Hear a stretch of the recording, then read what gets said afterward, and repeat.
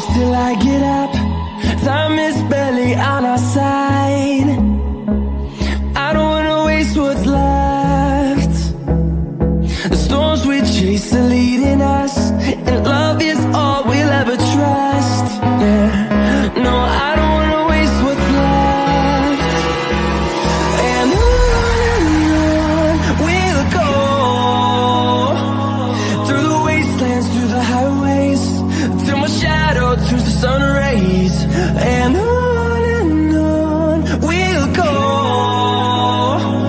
through the wastelands, through the highways, and on we'll go.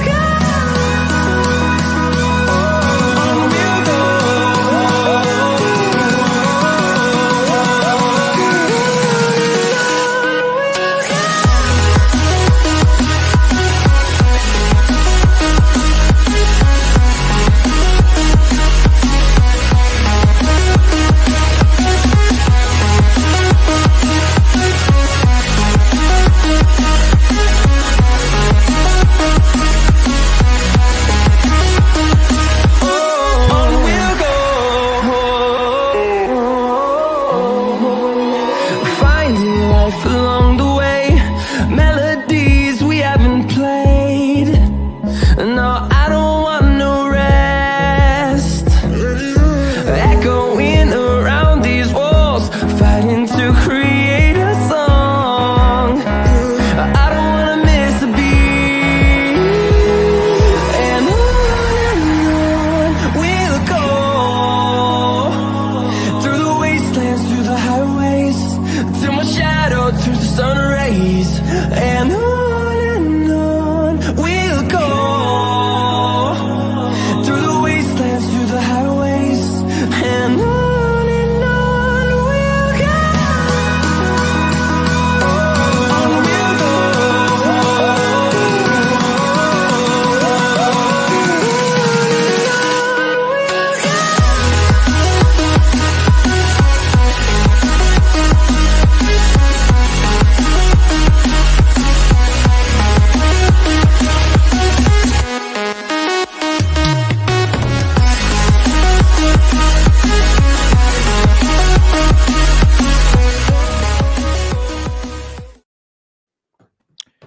We are live because we are live and we are unburdened by the liveness of about what we are going to become.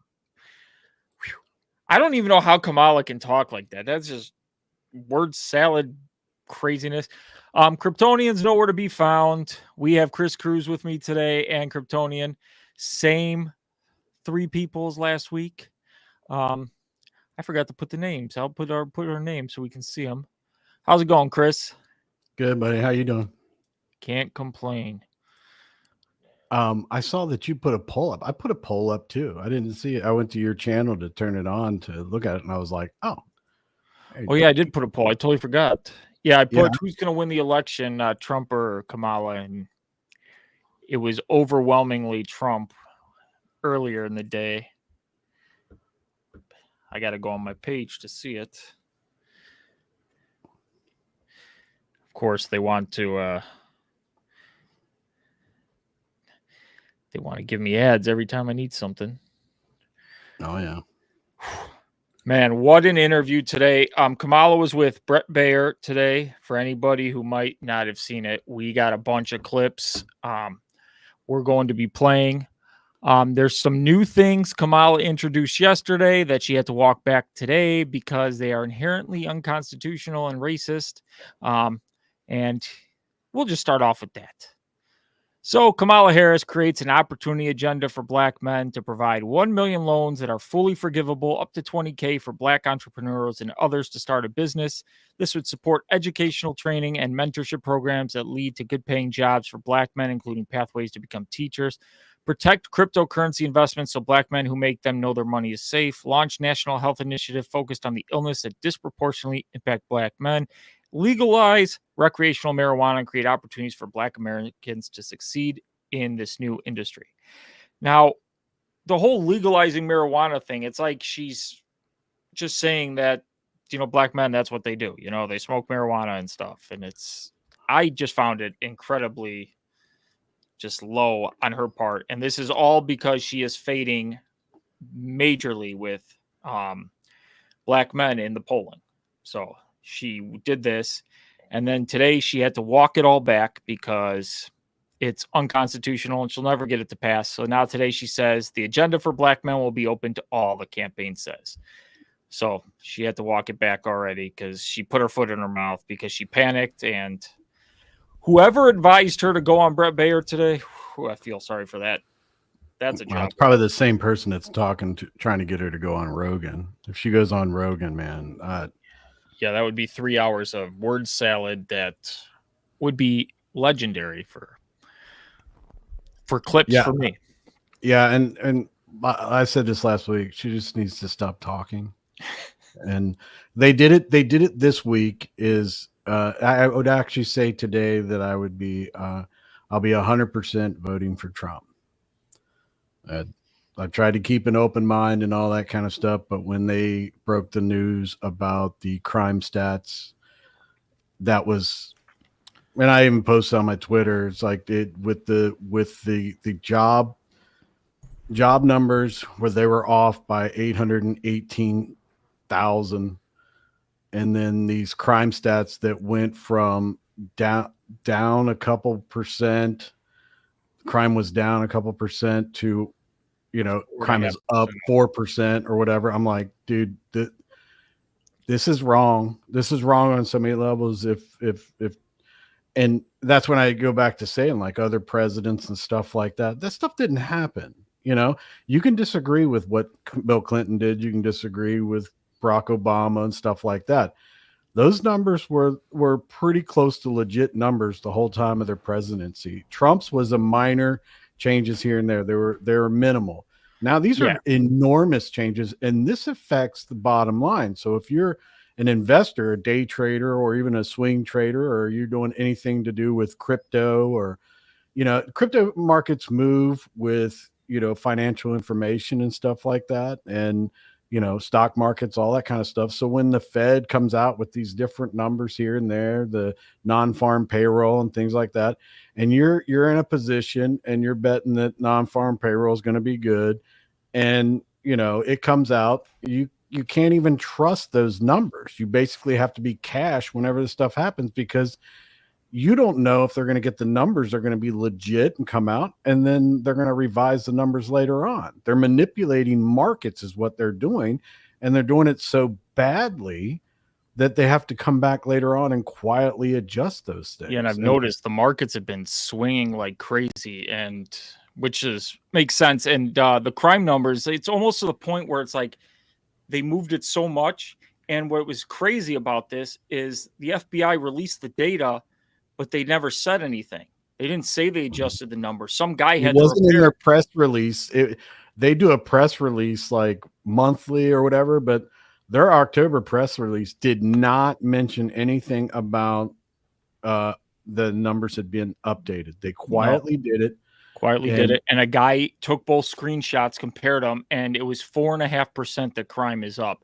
And Bill Muir owes Trump an apology. Crime is down all over the world except here. Crime here is up and through the roof. Despite their fraudulent statements that they made, crime in this country is through the roof. And we have a new form of crime. It's called migrant crime. And it's happening at levels that nobody thought possible. President Trump, as you know, the FBI says overall violent crime is actually coming down in this country. But Vice President Harris, the FBI they were defrauding statements. They didn't include the worst cities. They didn't include the cities with the worst crime. It was a fraud. I hate to say it, Trump was right, like always, and it comes out. I hate to say it. Yeah, I don't. Yeah.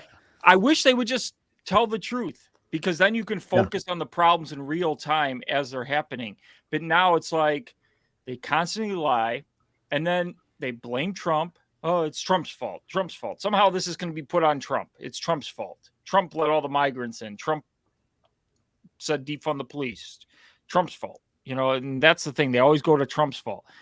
Whenever they make a mistake, it's Trump's fault. It's crazy. Well, I mean, it's just like all the, it's just like the, Maker's what do you got Mark there? Is that wine? Oh, brother.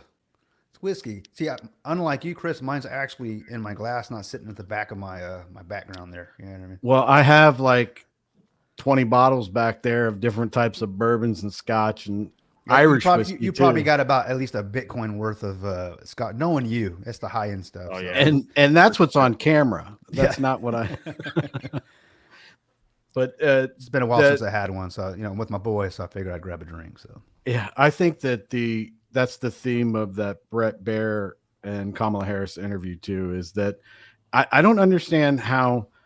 I don't think most average people aren't thinking like this, but seriously, how can Democrats have been in power for so many years, with a few years, the 4 years that Trump was in there, in the middle of it, but they seriously blame every single thing on Trump. And that's what, as an independent voter, that's what really pisses me off, because it's like, you're wasting my time with this stuff saying that it's Trump's fault.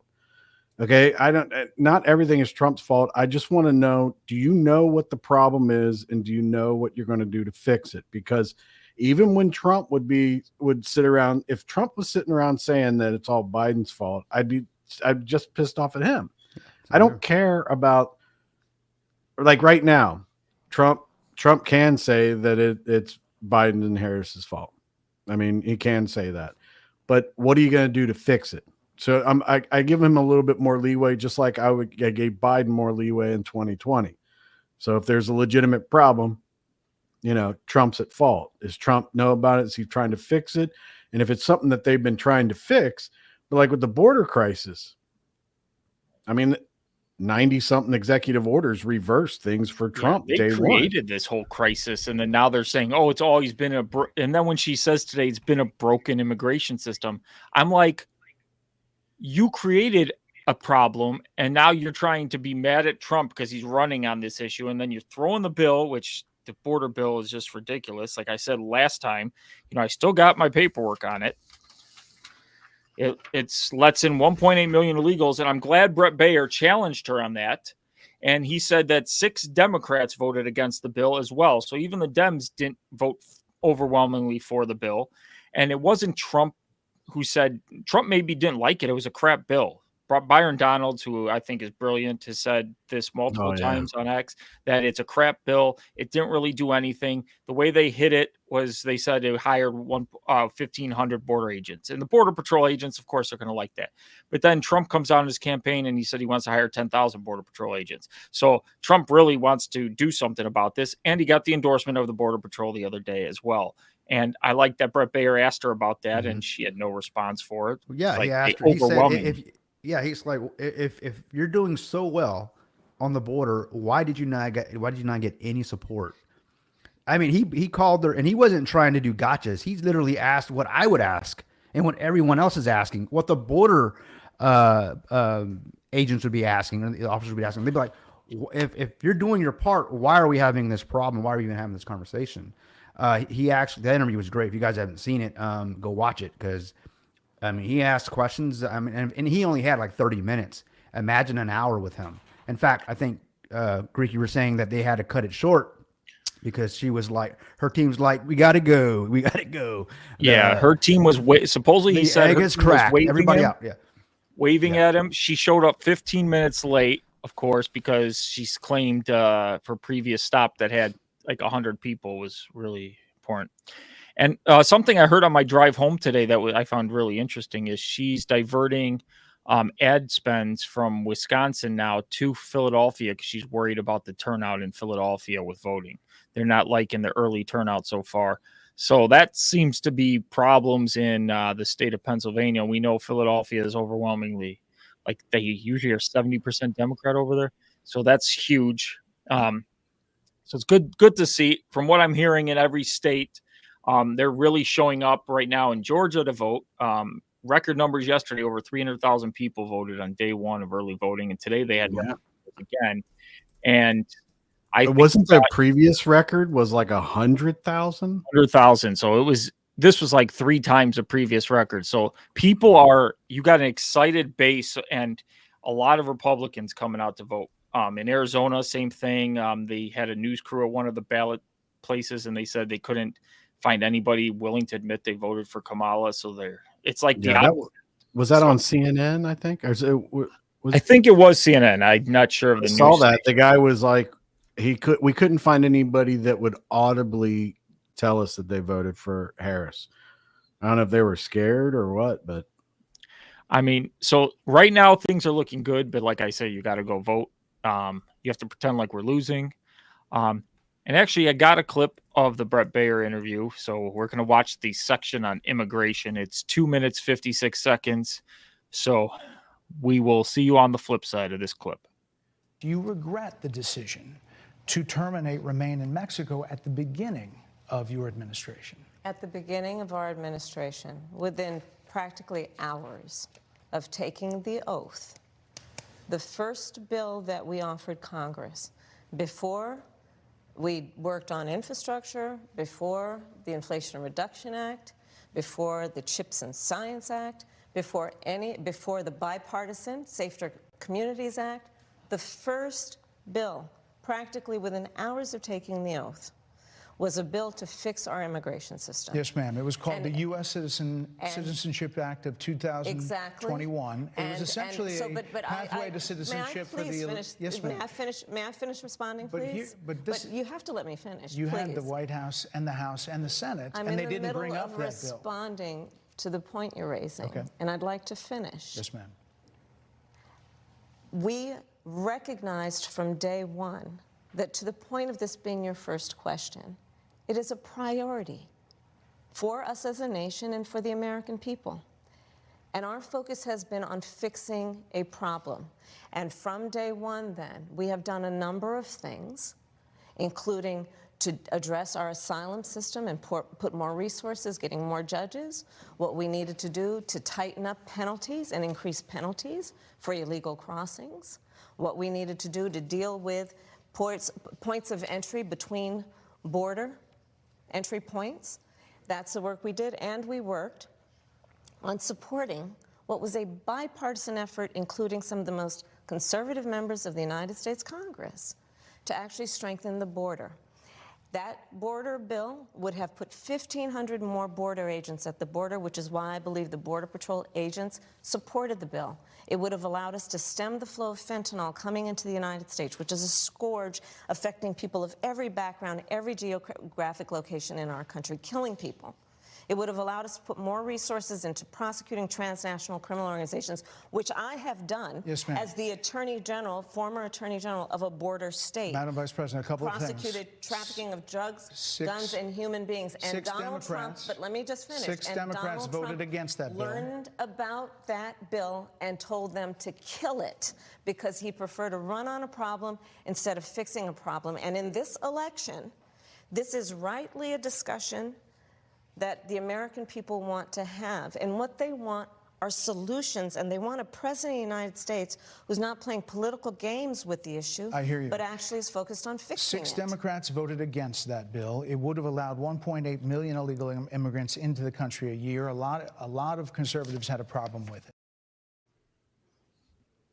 And I just want to bring this up. I know you got commentary that you're going to have, but dude, why did she say that? Trump has the solution. Shut the border down. Mm-hmm. I mean, I don't get it. Is she like, he has no solution? Okay. To the point of that, I mean, remember, Brett started with you actually took away what was it, 90-something executive actions that actually opened the border and allowed some unvetted illegal aliens to come into the country and kill an American, a couple of Americans, right, that we know about. And he asked her, do you regret changing the executive orders, like putting those down? And she never answered the question. She never said. He even brought up that if you show the whole clip, he actually even played one of the mothers of the young ladies that got murdered. I got that clip too. Yeah, would you apologize to her? She couldn't even say she was sorry. She says, "I'm sorry. That's a travesty." I didn't see that. I can't imagine. Oh, it's man. I'm well, gonna let's tell you. play it right now. Let's go ahead. Let one of the mothers talk about it. Take a listen.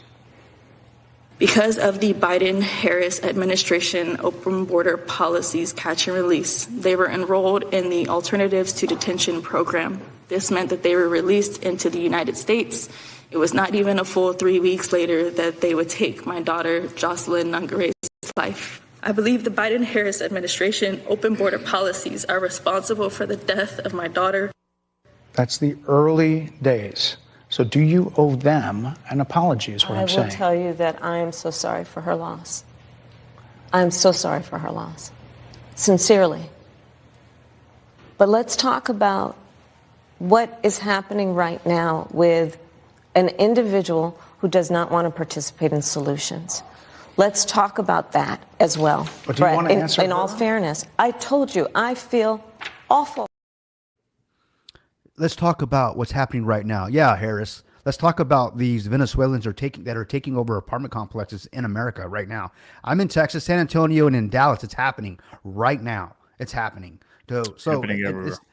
Yeah, right. So, and again, she doesn't want to say she's sorry. She wouldn't apologize to Jocelyn's mother. She wouldn't. She says, I am sorry for her loss.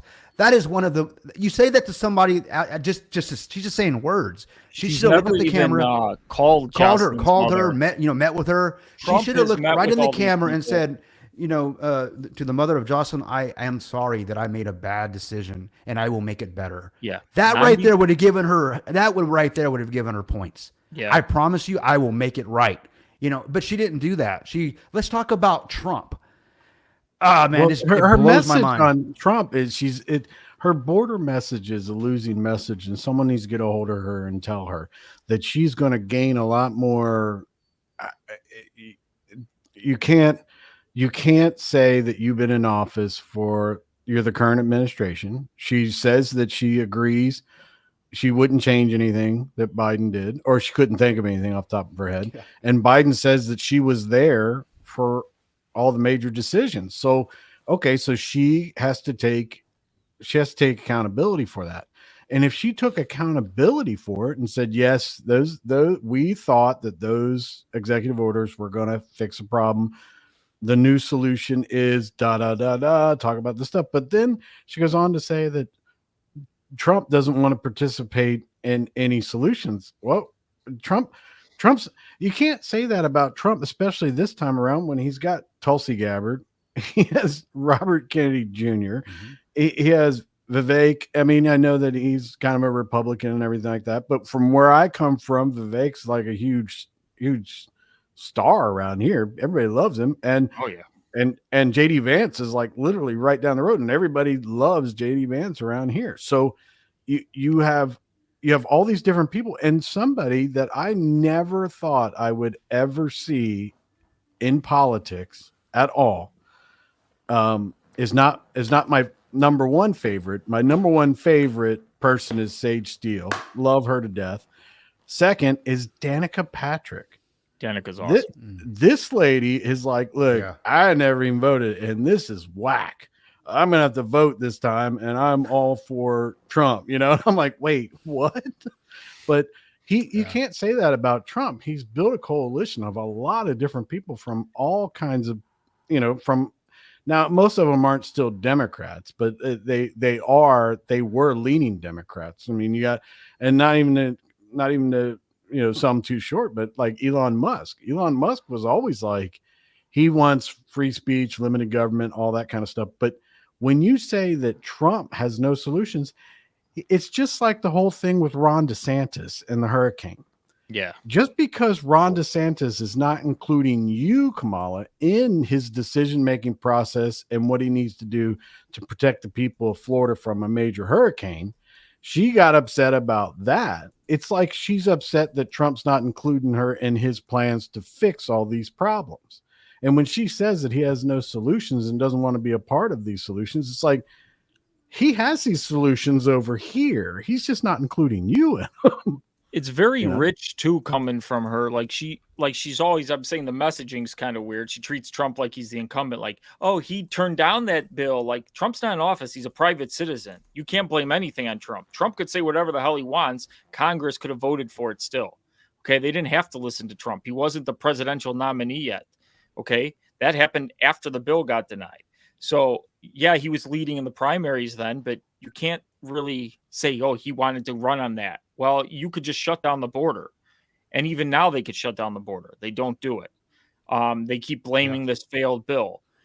as you know, the bill had 60 billion to Ukraine, as they sent 154 more million today to Ukraine. You know, that's a different story. What was the percentage of that bill that went to foreign countries? Was it in the 80%? It was a lot that I don't have the exact percentage, but there was money going to there's money to Ukraine, money to Israel, and money to Asia Pacific something. I forget how they worded it, but and I counted it up, and I'm getting old and I forget, but I thought 80% of the bill was money that was leaving. It would not shock me the slightest if that was the case. And what pisses me off more, we'll go back to Trump talking about the border and building the wall. He wanted $5 billion to build the wall, and they were all like, "That's a vanity project, that's BS," and all that kind of stuff. But can't afford it. Can't afford it. Yeah. Yeah. And you got a border bill. $100 billion. Yeah. Yeah. Yeah. It's $155 billion that we've spent on illegal immigration in the 4 years, where it cost $5 billion to build the wall. And they complained about the wall. They held up funding for it. That's why he only built whatever he built. A couple hundred miles of it. Yeah. For her to just undo 94 executive orders, and her first bill was basically a mass amnesty bill for immigrants. That's what her first bill was. So when she says, "Oh, they had a broken problem," so her way of fixing the problem is to let illegals in and then give them mass amnesty, so they're no longer illegals. Once you give them mass amnesty, now they're in as citizens, and that's her thing. She just wants to turn these into citizens, and you have to ask yourself, why is she doing this? Yep. And it's hurting a lot of people, a lot of communities. It doesn't hurt the elites that she panders to, all the celebrities, because they don't deal with all these issues. I guarantee you, if you sent those illegals up into LA where the elites live, you'd hear about it in a second. It'd be the biggest thing on the news. Everybody would be complaining, and they'd be taken care of and out of this country in a second. That's what's crazy. But Springfield, Ohio, they're suffering. No, forget it. But they're here legally because of the CBP1 app that she created, that she could just wave a wand and bring them here. Yeah, JD Vance was excellent in that debate when he brought up that, because I don't think a lot of people knew what that app was. No. Oh, yeah. Well, that's what they thought it was some made up thing, and they were like, "Oh, he's spewing too much truth. We need to silence him." And I'm like, "No, don't silence him. He's bringing the heat right now." And well, I remember during the debate, Walt actually said, he looked over at Vance and said, "Oh, that law's been here since the 90s or something like that.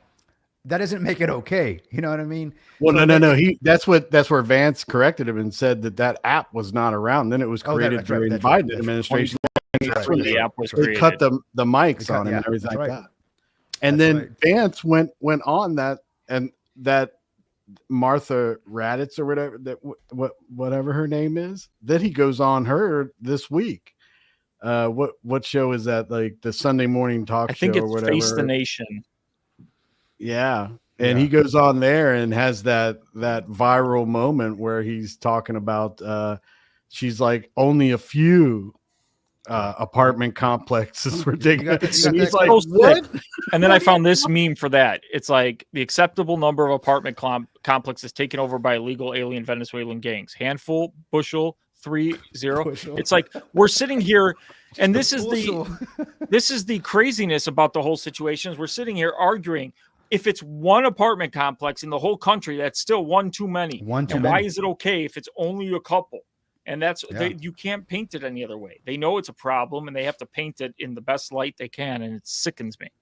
Yeah, Kamala Harris, they need to sit her down, and she is losing on the border debate. They need to quickly. They are running out of time. They need to adjust the way she talks about it. She has to take ownership, and that's what American people want. Yeah. I mean, everybody, it would help her with points a lot. If she would just say, I messed up. I thought this was the right way to handle it, and here's how I'm going to handle it from here on out. And I think that would help her better than what she's doing now, because now saying, "Oh, it's always been a problem." Trump. She could turn it into a Kamala thing where she's laughing about it. She's like, "Well, at least we know what doesn't work," and laugh about it and be like, "I will definitely not do any of those policies that we did before, that kind of thing. She needs to take ownership of it, or just not talk about it anymore, because the things that she talks about and the questions she's being asked are legitimate questions, and her answers are ridiculous. And they're ridiculous. And same thing with Walz. I mean, when you talk to Trump, you get Trump's like, I'm the greatest ever. This is what we did, that kind of stuff. JD Vance is like educated in what he wants to say. He's really smart about what he does. Walz is like, it's Trump's fault. And Kamala Harris is like, it's Trump's fault. And it's like, okay, all right, yeah, Trump is the worst ever. But I don't want to elect somebody that just I'm not going to vote for Kamala because they're not Trump. So it's killing me. But now today, like I said, my decision's made after today. So I found this funny exchange online, and it's somebody asking why Kamala, and it's between Charlie Kirk and one of the college students. And this is classic when you start asking them questions. I'm guessing you're voting for Kamala Harris. Yes, my queen. Yeah. Okay. What's her greatest accomplishment? Well, as vice president, I'm not sure. I guess I have nothing. I'm stumped. What is the best thing she's ever done? I think some of the stuff she did as district attorney in San Francisco is pretty impressive. Such as? So like releasing violent offenders that ended up killing people and raping women. No, I don't support that. Oh yeah, okay. No, but I mean, what has she done as vice president that makes you be like, she's my queen? Okay, sorry. Now it looks really bad because I won't answer the question. Why should people vote for Kamala Harris? Right now, because she's not Trump.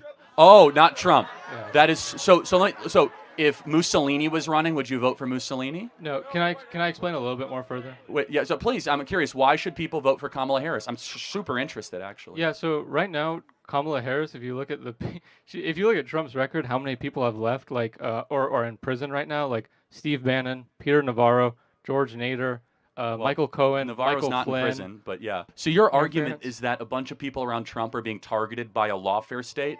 That's your argument? We're going to the lawfare thing. Okay. I can see it. No, but please tell me, why should people vote for Kamala? Give me a reason. Oh, I don't have a reason. I'm sorry.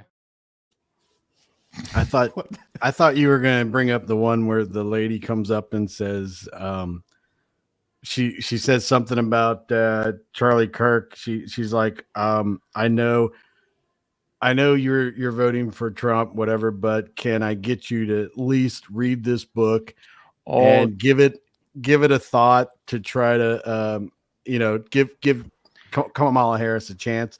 And he gives her, she gives him the book, and he goes, yeah, of course. And he goes and opens it up, and it's that book that literally was published and is on the shelves at Walmart and another grocery store that around here, that it is Kamala Harris's greatest accomplishments. And it is completely blank. And it's like 300 and something pages of nothing. Great. It's a bestseller on Amazon now, I think. Yeah, it's amazing, man. And he opens it up and he's like showing it. And well, the book that she actually had written by a ghostwriter apparently back in when she was running, that book actually has proof of plagiarism in it.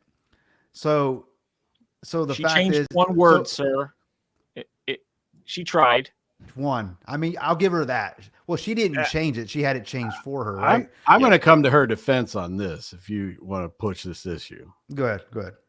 You were there? Well, no. If she plagiarized that book, okay. All right. When was it published? 2009? 9, yeah. But why did it take? What? I know. Hold on. So 2009, she publishes a book, and it's out there. She makes money off it. People buy it. People do all that stuff.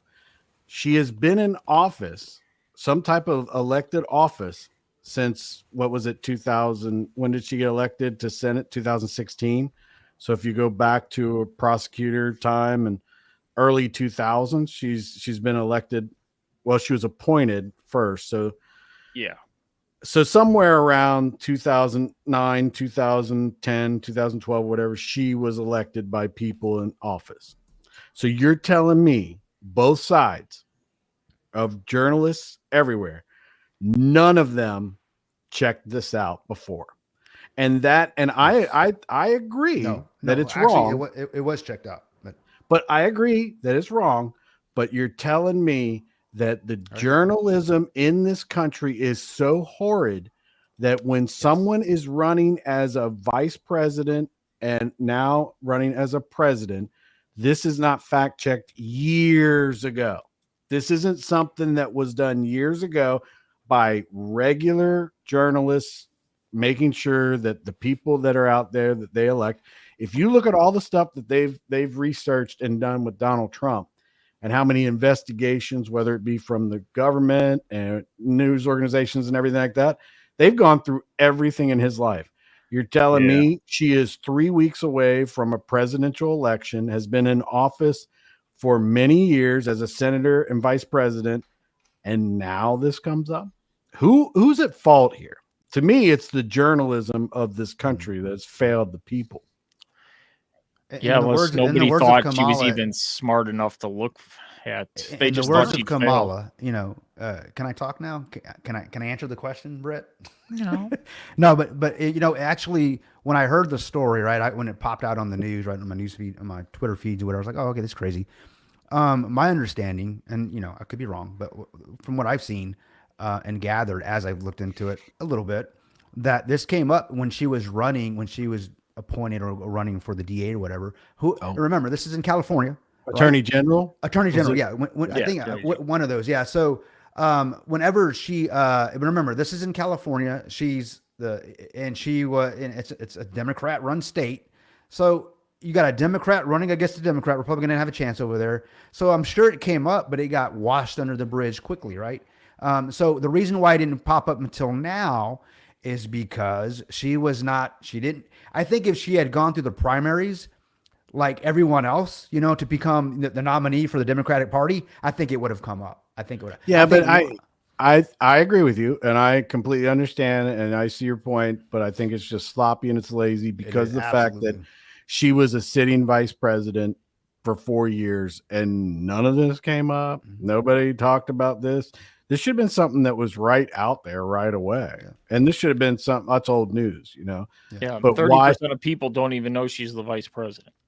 Yeah. So, I mean, that's well-informed people. That's what, we go back to our times in crypto and stuff like that. The more people are informed of what the reality and truth of it is, and more transparent you are, the easier people can make educated decisions on what they want to do. Hiding stuff from people or admitting and not doing your due diligence just makes it it makes it worse when things come out. I see the same thing about Trump. Something's going to come out, you address it, let people know, let them know what's going on, let them make an educated decision on what the facts are. And something like this is way too late in her political career that this kind of stuff's coming up. It's wrong, and I agree with you. This shows us the propaganda of the media. When you're a Democrat, first of all, the way California works, it's Democrat versus Democrat. So it's basically who they appoint to be in that position. And then they all the elites there are let's vote for this person. So then she gets anointed. She's AG. Now that gets swept under the rug, And then she gets moved up to senator. She goes for a senator run because she's in with all the in crowd there. And, they prop her up for her. She's failed upwards so many times. It's unbelievable. Yeah. But then even as vice president, I don't think anybody even who vetted her, and I don't even think they cared because all they were doing was the identity politics back then, and Well, there's a big problem with all this stuff. Do you guys know that Donald Trump, and I think this goes back to 2004 or 2005? Do you know that Donald Trump wrote a book with Robert Kiyosaki? Did he? I did not. You did not know that. Do you know what the name of that book was called? Why We Want You to Be Rich. It's a complete book about how Donald Trump and Robert Kiyosaki want to give all the secrets they possibly can to every person to make every person out there wealthy and rich. And they talk about all kinds of things to better savings, to do different businesses, to do different things. And nobody talks about it. It's a huge book. It's one of Robert Kiyosaki's third or fourth books. Nobody talks about it. And it's if you go listen to that book or go read that, but I would prefer listening to it. because Robert Kiyosaki does a really good job narrating it and everything like that. And if you got the audiobook and you listen to it, you'd probably come up with some ideas and, start a business or something like that. It's an excellent book. Well, if Kamala wins, she's going to give me $25,000 to start. I don't think you're going to qualify for that. I think I have to. I'm not black. I'm sorry. No. You don't qualify for that. And that's where the problem. You don't qualify for that. And that's where the problem comes. You know what? She's not going to give me weed. Happen? You're going to come to me a year, 2 years from now, and you're going to tell me about if Kamala wins and this whole garbage of this, whatever. Oh, it's just stupid. But you're going to come to me and you're going to say, hey, I'm going to sell my house. What do you think? I'm going to be like, well, whatever you do, whatever price you and your wife come up with, or whatever comps are in your area, add $25,000 to it, because it's going to immediately inflate prices of homes, period. It's not going to do anything. And the only people that qualify for it are, guess who? First-time buyers. First-time, yeah. And most of the time, first-time buyers, when they see a big old down payment like that, listen, you got to go back to the real estate bubble. And when you go back to the real estate bubble, it started in the early 90s, where Bill Clinton went out there and said, we need to make homes affordable for lower income people. And it was like, oh, okay. So they made so many incentives, and they gave them so much to get into these houses that when they got everything settled, they got into a house that was 5 times what they actually could afford.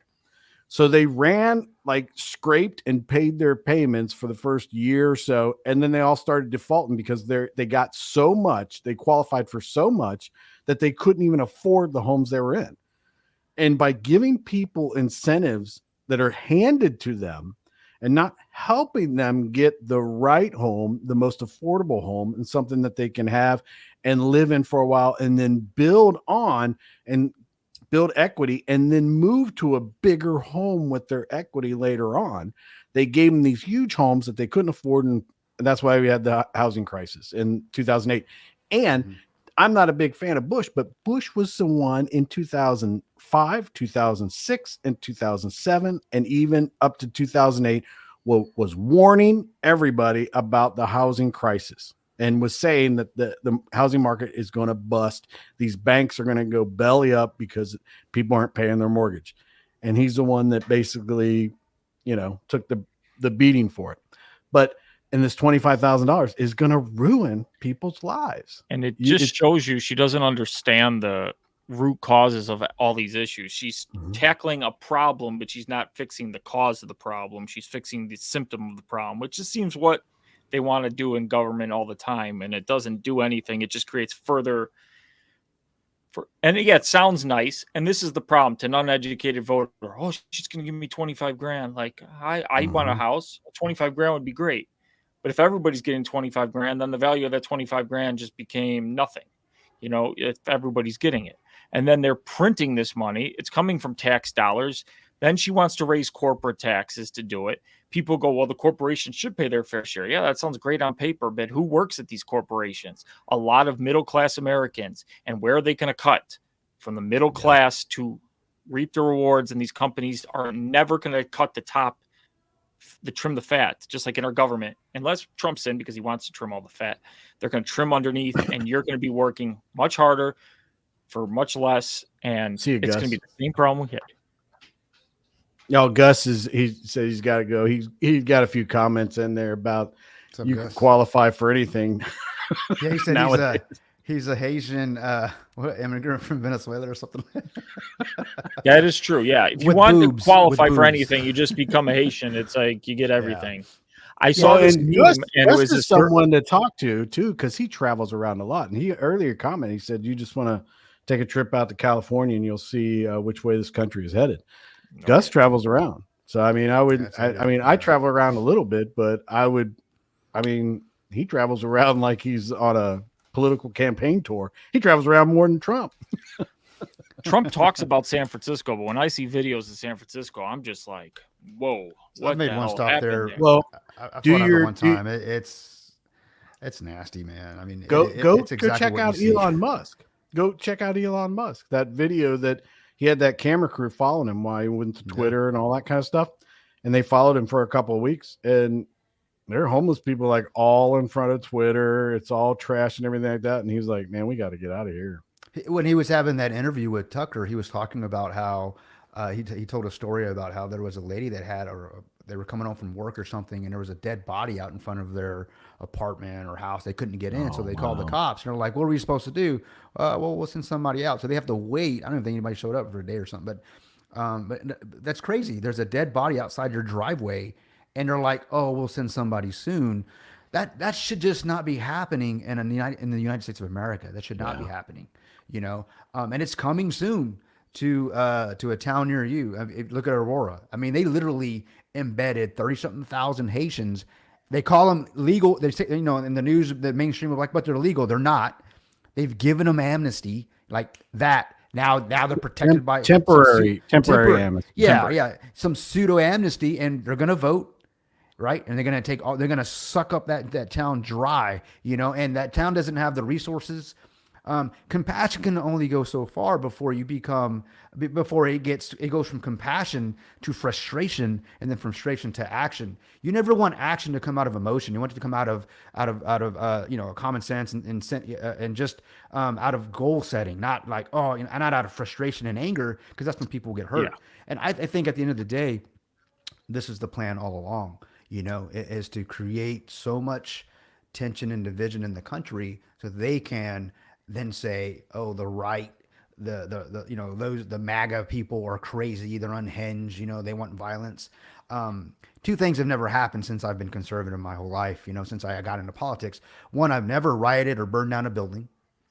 And the other thing is I've never, I guess I can say I've never done that. And I've never ever, thought to ever cheat in an election, cheat in politics, or try to steal an election, and for the greater good, as they would say it. I've talked to some Democrats, and they're like, if we cheated, and especially in Harris County, and I talk about Harris County all the time. I talk to Democrats all the time here, and they're like, well, we got to get rid of Ted Cruz, So if they're cheating, good, we got to do whatever we got to do. And it's like, what the hell are you talking about? I mean, what kind of a mindset is that, But you will, elections, as Obama would say, elections have consequences, right? So, and they absolutely do. Yeah, they sued Virginia to get non-citizens back on the voter roll after Youngkin used a Virginia state law to take them off.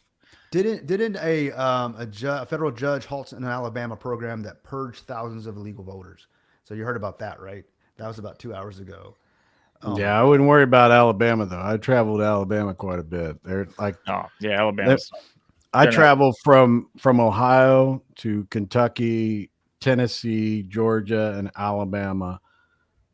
And no, dude, it's everywhere you go, everywhere, and every gas station you stop at has Trump gear everywhere. Every gas station. I mean, it's like I can't remember the last time I saw a sign or anything associated that was not Trump. Those people are they're so in the tank for Trump, and there's a town that I go into, it's a pretty big town. And it's pretty, put it this way. It has a lot of people there that that are engineers from like East Coast, West Coast engineers that come down Huntsville, where they do a lot of space and technology and stuff like that. You think a lot of those people, I think they get down there and they're like, woo, we can finally put our Trump sign up. Because there's no Harris sign. So I mean, when exactly did you take down your Harris sign though? Because you said you came over to the Trump side. Like, did you have it in your front yard? Was a flag in your front yard? Did you make a video of him kicking it down? Was it a flag on your back of your truck? Right, and just flying down the road. I'm just curious. In fact, I think everybody wants to know. I never. What my kids one year wanted me to put up.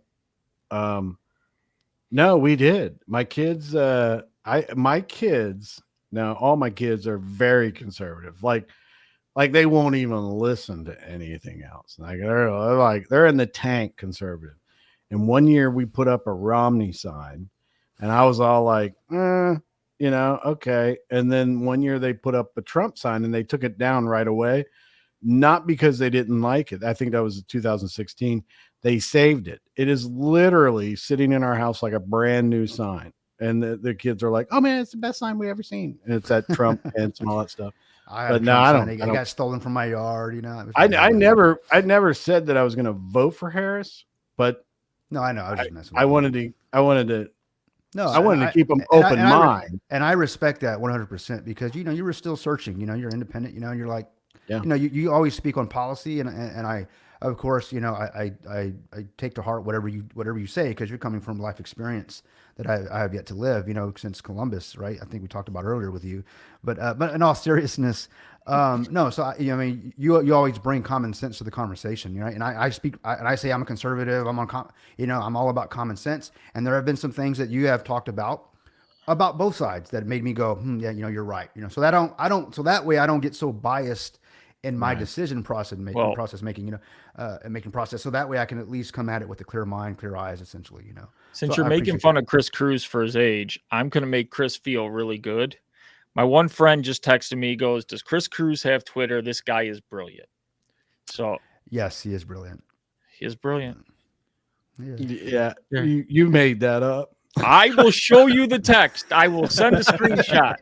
He's brilliant. The guy's deaf. He's just like looking at the screen. He likes the bourbon in the bag. He's like, wait till he gives you some real common sense information on investing. He doesn't tell you what to do, but he tells you some things you should. Oh, I didn't tell you guys do. this cool story. So I put my Trump sign up 2 weeks ago, and last week I looked and my neighbor had a Trump sign up, and I saw him, and he's like, "Oh, my wife saw your Trump sign and she got brave now, and now she wants to throw one up." So by me putting my Trump sign up, it gave her the courage to support, because, you know, a lot of people, they're scared. They're like, "I don't want my house getting egged. I don't want my..." Nobody has touched my Trump sign in this blue state of Illinois, they claim. Yeah, I fly I fly the American flag and the POW flag, but then I'll put up each branch when their birthdays are, you know, when Marine Corps, Air Force, or whatever. And that's all I do with mine. But my neighbor, I don't know if you guys remember this conversation we had probably a couple years ago about my neighbor lived across he's down a little bit, but he had a Biden Harris sign, and then he also had Clinton sign. So he's always been, you know, for Democrats or whatever. And he ain't putting a sign up this time. And my neighbor said, yeah, he's not putting a sign up this year. And I was like, really? My other neighbor, he's pretty hardcore conservative. Like he doesn't think conservatives are conservative enough. But he said he's not putting up a sign this year. I said, what? Oh, did he get grief from it? And he's like, no, he says he ain't voting the same way he's always been voting. And that's all he said. So I've heard a lot of stories like that. And, you know, if you're watching on YouTube, you probably know this man, Singh Prado, saying that doesn't exist. But I've heard a ton of stories, and you can see the metrics on stuff I showed yesterday. The way Black men are leaning, it's coming towards the Republican side. I'm seeing a change. A lot of my aunts who are Democrat told me, I don't like Kamala. They just have no joy for her. Oh, wait. She has terrible messaging. I mean, that's the problem. It is very bad. So if you want, and I hate to say this, because the Democrat Party is really, they have, I don't know what they're thinking. They really aren't going to be known for the party that's running on abortion. I mean, that's all they seem to be doing. And Trump is bad. So it's like, and as an independent voter trying to look for details or information as to make an informed decision, you can't find anything out there. And that's what really bothers me, because it's like Hakeem Jeffries, you know, the minority leader in the House for the Democrats, like he'll put out stuff. He still puts out stuff about Trump and Project 2025. And I'm like, okay, I'm about done with this Project 2025 stuff, because of the fact that I've looked it up and that's not Trump. Now, Trump might agree with some of the things in there. I might agree with some of the things in there. And I'm sure I don't agree with everything. But at the same time, Trump's Agenda 47 is what it is. And that's where the problem lies, where Democrats are sitting there now going, okay, abortion might be important to me, but what about these other things?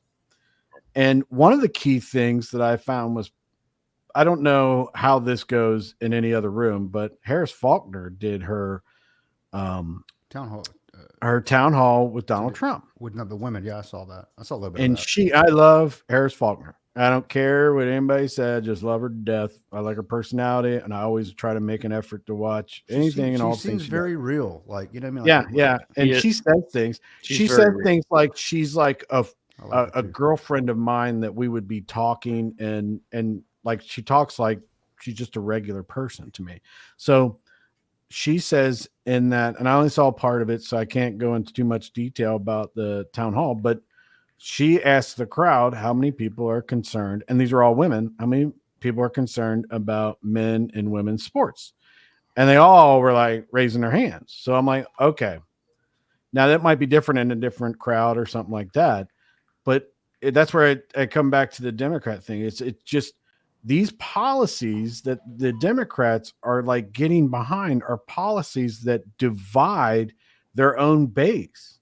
I mean, I don't know too many people. A Democrat, when I was younger, they were all like, they would spend just a little bit off the Constitution. Now they're like, I hear more conversations about doing away with the Electoral College and doing away with the Constitution than I do anything else. And I'm not saying Republicans are all that great and everything like that, but I try to lean Republicans more don't defend it. That's the problem I have. You got the Democrats and that want to that's dismantle another it. thing. These people just drive me. Most of these politicians just drive me crazy, and we've talked about it before, and I harp on it too. And I would ask you guys that if anybody out there is listening, go look at the Constitution, the Federalist Papers, the Declaration of Independence, and look for the word democracy. You won't find it. We are not a democracy. For God's sakes, please stop saying that. And Kamala Harris even said that in that thing today. We're a democracy. No, we're not. No, we're not. We're not a democracy. And is that when her eyes got really wide and she was like, she was like, democracy. And a democracy and this stuff. And I'm like, listen, we're a constitutional republic. Anybody can do anything that as long as it doesn't hurt other people, and their rights are protected. It's not a group of people that are protected. And I remember a long time ago, democracies always devolve into dictatorships because it's easy to get the majority of people to hate somebody else by misinformation or whatever. But individual rights is what this country is established on. And that's why, and it seems like the Democrats are like, well, they're a threat to democracy, Trump and other people and stuff. And it's like, good God, I hope they are. I hope they are a threat to democracy because we live in a constitutional republic, and I can give a crap what people think about democracies. I agree. Yeah, that was a long speech on that stuff. We want to make Chris Cruz laugh. I think this clip will make him laugh. Who needs personality when you can switch who you are at the push of a button? It's Sid Swish Kamala. That's right. Oh, hello, young lady. Quite a marvelous day, innit? Why does she talk so weird? Let me play with her. Well, hey there, little nugget. I'm going to be the first black female president of the United States of America. Man, this doll sucks. Accent Switch Kamala can emulate any accent you like, as long as it grants her credibility. Bonjour, tu aimes les croissants? Merde américaine. Guten Tag, Sie lieben ein Bratwurst? Ufta, ufta, ufta, da. Luke, I am your mother. It's Sid Swish Kamala. That's right. But wait, there's more. All new Accent Switch Kamala comes with 2 bags of campaign money, a blind eye for illegal immigration, and her own multi-laugh 3000 generator. Laugh in every way possible.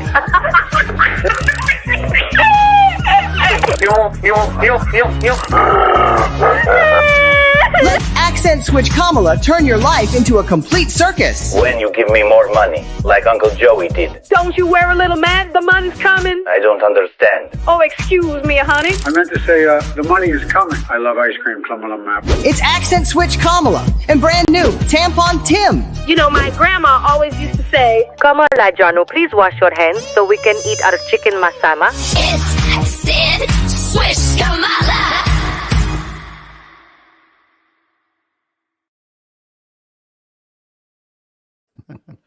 Oh my gosh, that was good. You know, that's funny. The croissant, the little French one was hilarious. Yeah. You know, there's a video. If it's okay if I play it, but I want to cue this up though.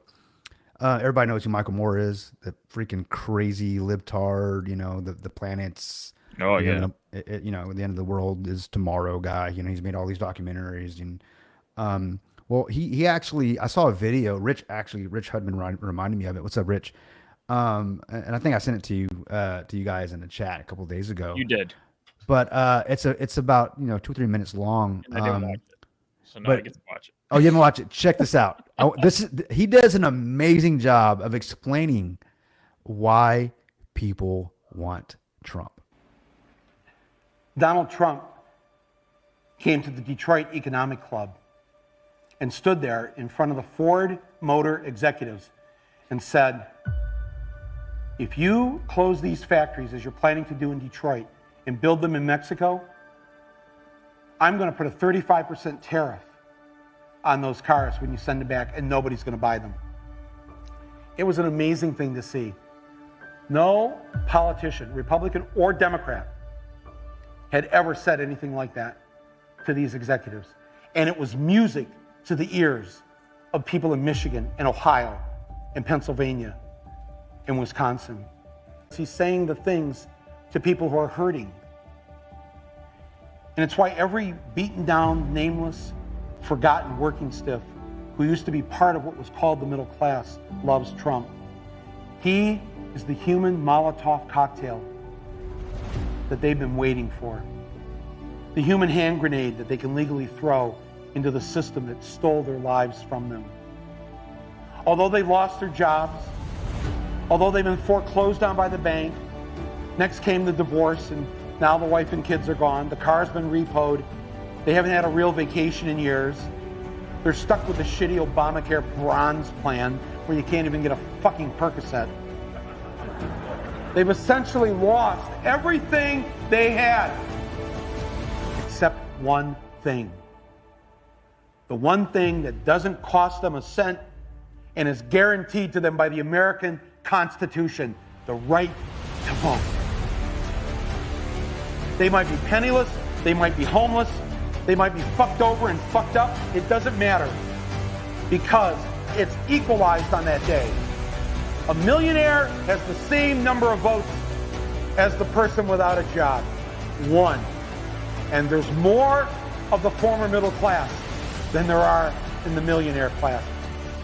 The dispossessed will walk into the voting booth, be handed a ballot, close the curtain, and take that lever, or felt pen or touchscreen, and put a big fucking X in the box by the name of the man who has threatened to upend and overturn the very system that has ruined their lives.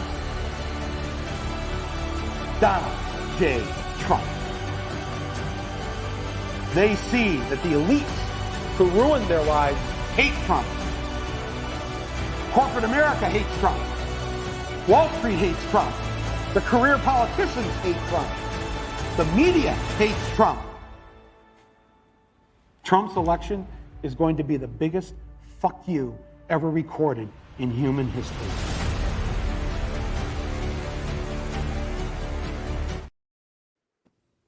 Yep. Sorry about the language, folks. I know this is supposed to be a family show, but I forgot there was Oh, some it F-bombs. is? Oh, a family show. I'm just joking. Fuck No, that. but man, think about that. Listen to you guys. I know this is the first time you've heard it, but doesn't that just explain it all?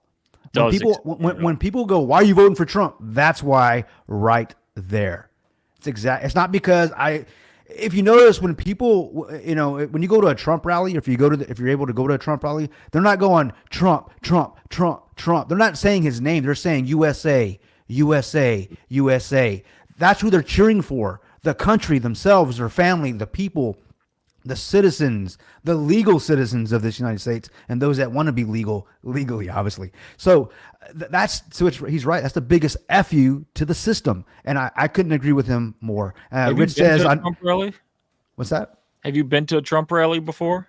No, not. I went to one. He was out in the Woodlands in 2016, right? I got to stand outside of it. It was packed.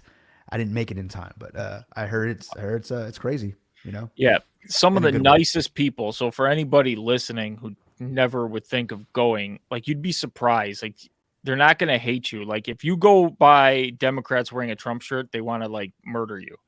If you go into a Trump rally and you're wearing a Democratic hat, they're going to try and talk to you and convince you to switch.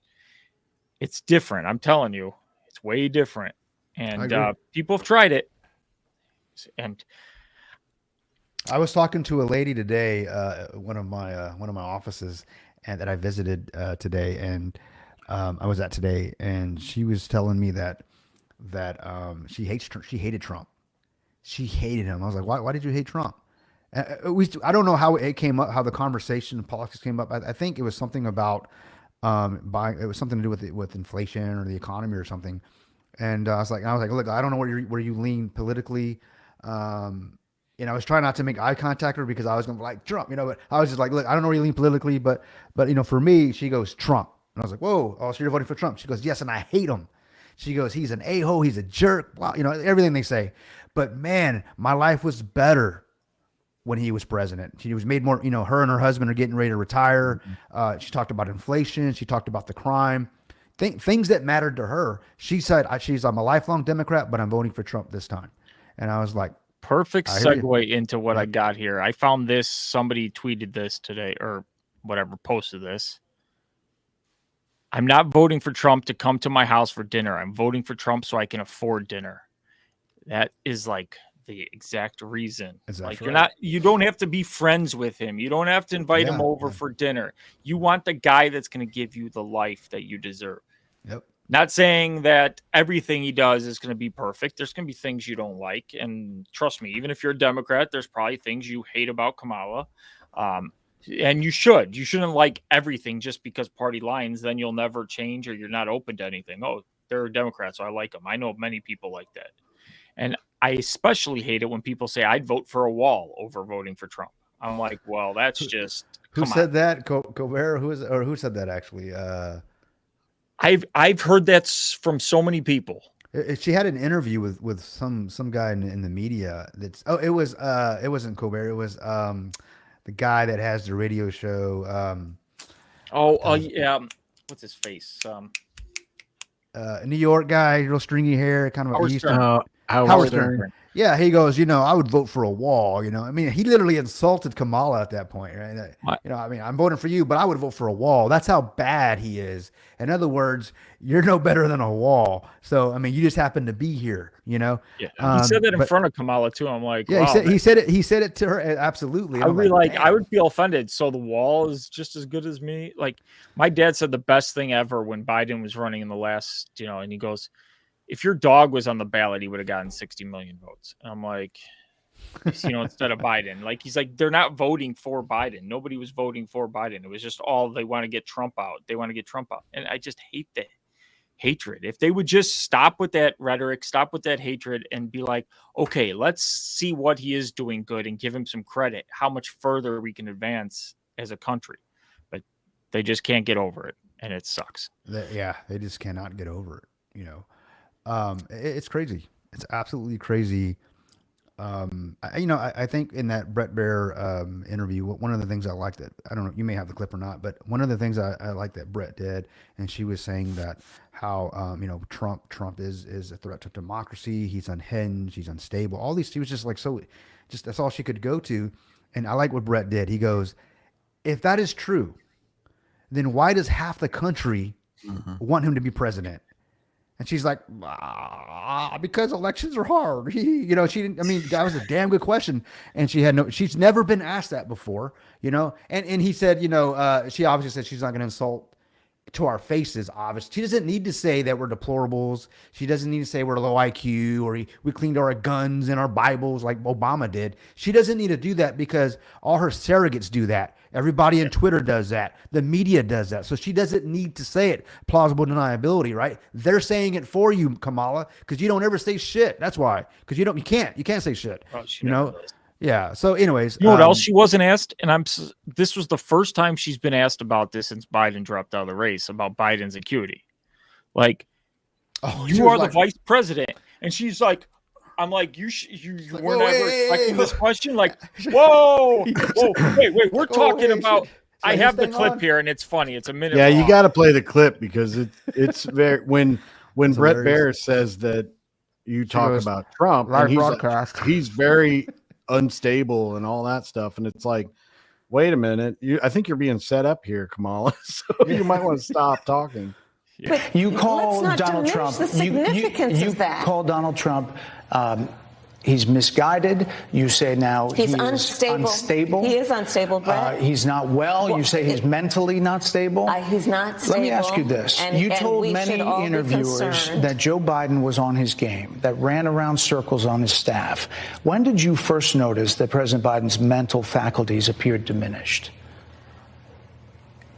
Joe Biden, I have watched from the Oval Office to the Situation Room. And he has the judgment and the experience to do exactly what he has done in making very important decisions on behalf of the American people. There were no concerns raised? Brett, Joe Biden is not on the ballot. I understand. And Donald Trump but is. You talked about it. And Donald Trump After George Clooney said within a few minutes of talking to President Biden at a fundraiser that he thought this was not the same Joe Biden that we saw on the debate stage. Donald Trump is on the ballot. I understand. Yeah, she walked right into that. Donald Trump's on the ballot. She could be president right now if she wanted to, and she should be president right now. Unfortunately, I don't want her to, but she should. Like, I don't understand why she hasn't even fought for the 25th Amendment. Then at least she can run as an incumbent, and it would give her some power. I thought that was going to be our October surprise, but apparently, remember he asked her like, what would it be? You know, he even played the clips for her, that you wouldn't do anything different, right? And that was a great clip. That was a great clip. And did you see when she admitted something and she gave Trump a talking point where she says, you got to be responsible for the administration? This is a 10-second clip. I'd say that he never advocated for that prison policy and no gender transition surgeries you know what? You got to take responsible for what happened presidency. in your administration. Yeah, no surgeries happened in his pregnancy. Trump's going to take that and be like, I love Biden's policies, and you got to be responsible for what happens in your administration. He's going to throw the border and then do that statement. He could just throw everything together with that, and she's going to regret saying that. And it's going to end, I'm Donald Trump, and I approve this. Yeah, absolutely. Back to where he was asking the clip where she was like, I don't. What was it? What was the one that you just played? It wasn't the immigrant where she got angry. You haven't played the angry. Where she I haven't played. I played it before the show, but here's angry Kamala, and you could see her eyes. Her eyes get all buggy. Look, it's very bad. She's very angry. Talked about locking people up because they disagree with him. This is a democracy, and in a democracy, the president of the United States in the United States of America should be willing to be able to handle criticism without saying he'd lock people up for doing it. Man, I noticed the teeth too. She was clenching hard. She's like, when I was watching, like nails on a chalkboard when people, politicians say it's democracy. I know, right? No, when they bring up democracy, it's seriously, it's like nails on a chalkboard. Because I'm like, just if you did any kind of a search in any of our founding documents, papers, or anything like that for the word democracy, you won't find it. I love when 100%. She says it. Then it goes on CNN, CNBC. It's all the talking points. ABC. Oh, Trump is a threat to their democracy, and it's like, dude, stop with this. He's already been president. Donald Trump is a threat to their way of life. That's what they really mean. So is Elon Musk, because of the fact that Elon Musk. If you know anything about Elon Musk, when he goes into Twitter and he basically cuts the staff, and Twitter, now X, runs just as good, if not better, than Twitter did. he cut like most of the employees from, I think it was like from 80% Twitter. of the staff. And if Trump gets in there, that's what Elon Musk is like, basically, I'm going to do that. And you got to think in the time span of like 10 days, the guy is at the Butler rally with Donald Trump. He unveils like the cyber cab and the other thing. Yeah, he does all that stuff. Yeah. Then he launches a freaking rocket. And then on their first try, the chopsticks come out and they catch the booster part on their amazing first was try. that? I mean, I was freaking going crazy because like that's like the little kid in me, the person who wants to I explore know. space. I loved it.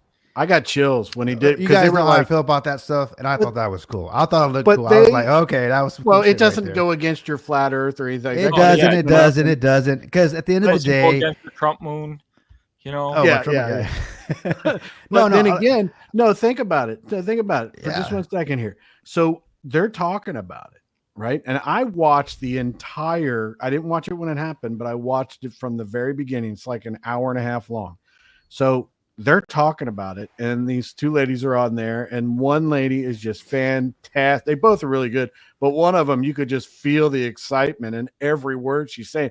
It was almost like, look, you're just too excited for this. And then I got up to speed and was like, I'm pretty damn excited now. So she was great. And she's talking about, this will be the first time that we try it. There may be issues and everything like that, but we're excited for it. And then they like announcer would come on and say something like, we're go for this. And she would be like, oh my God, we're go for this. We're good. And then you get excited and everything. But then all that stuff happens. And then the next day it comes out that California, the Coastal Commission from California is rejecting him because, and they because of his posts, his posts and what he says, misinformation on his posts and stuff.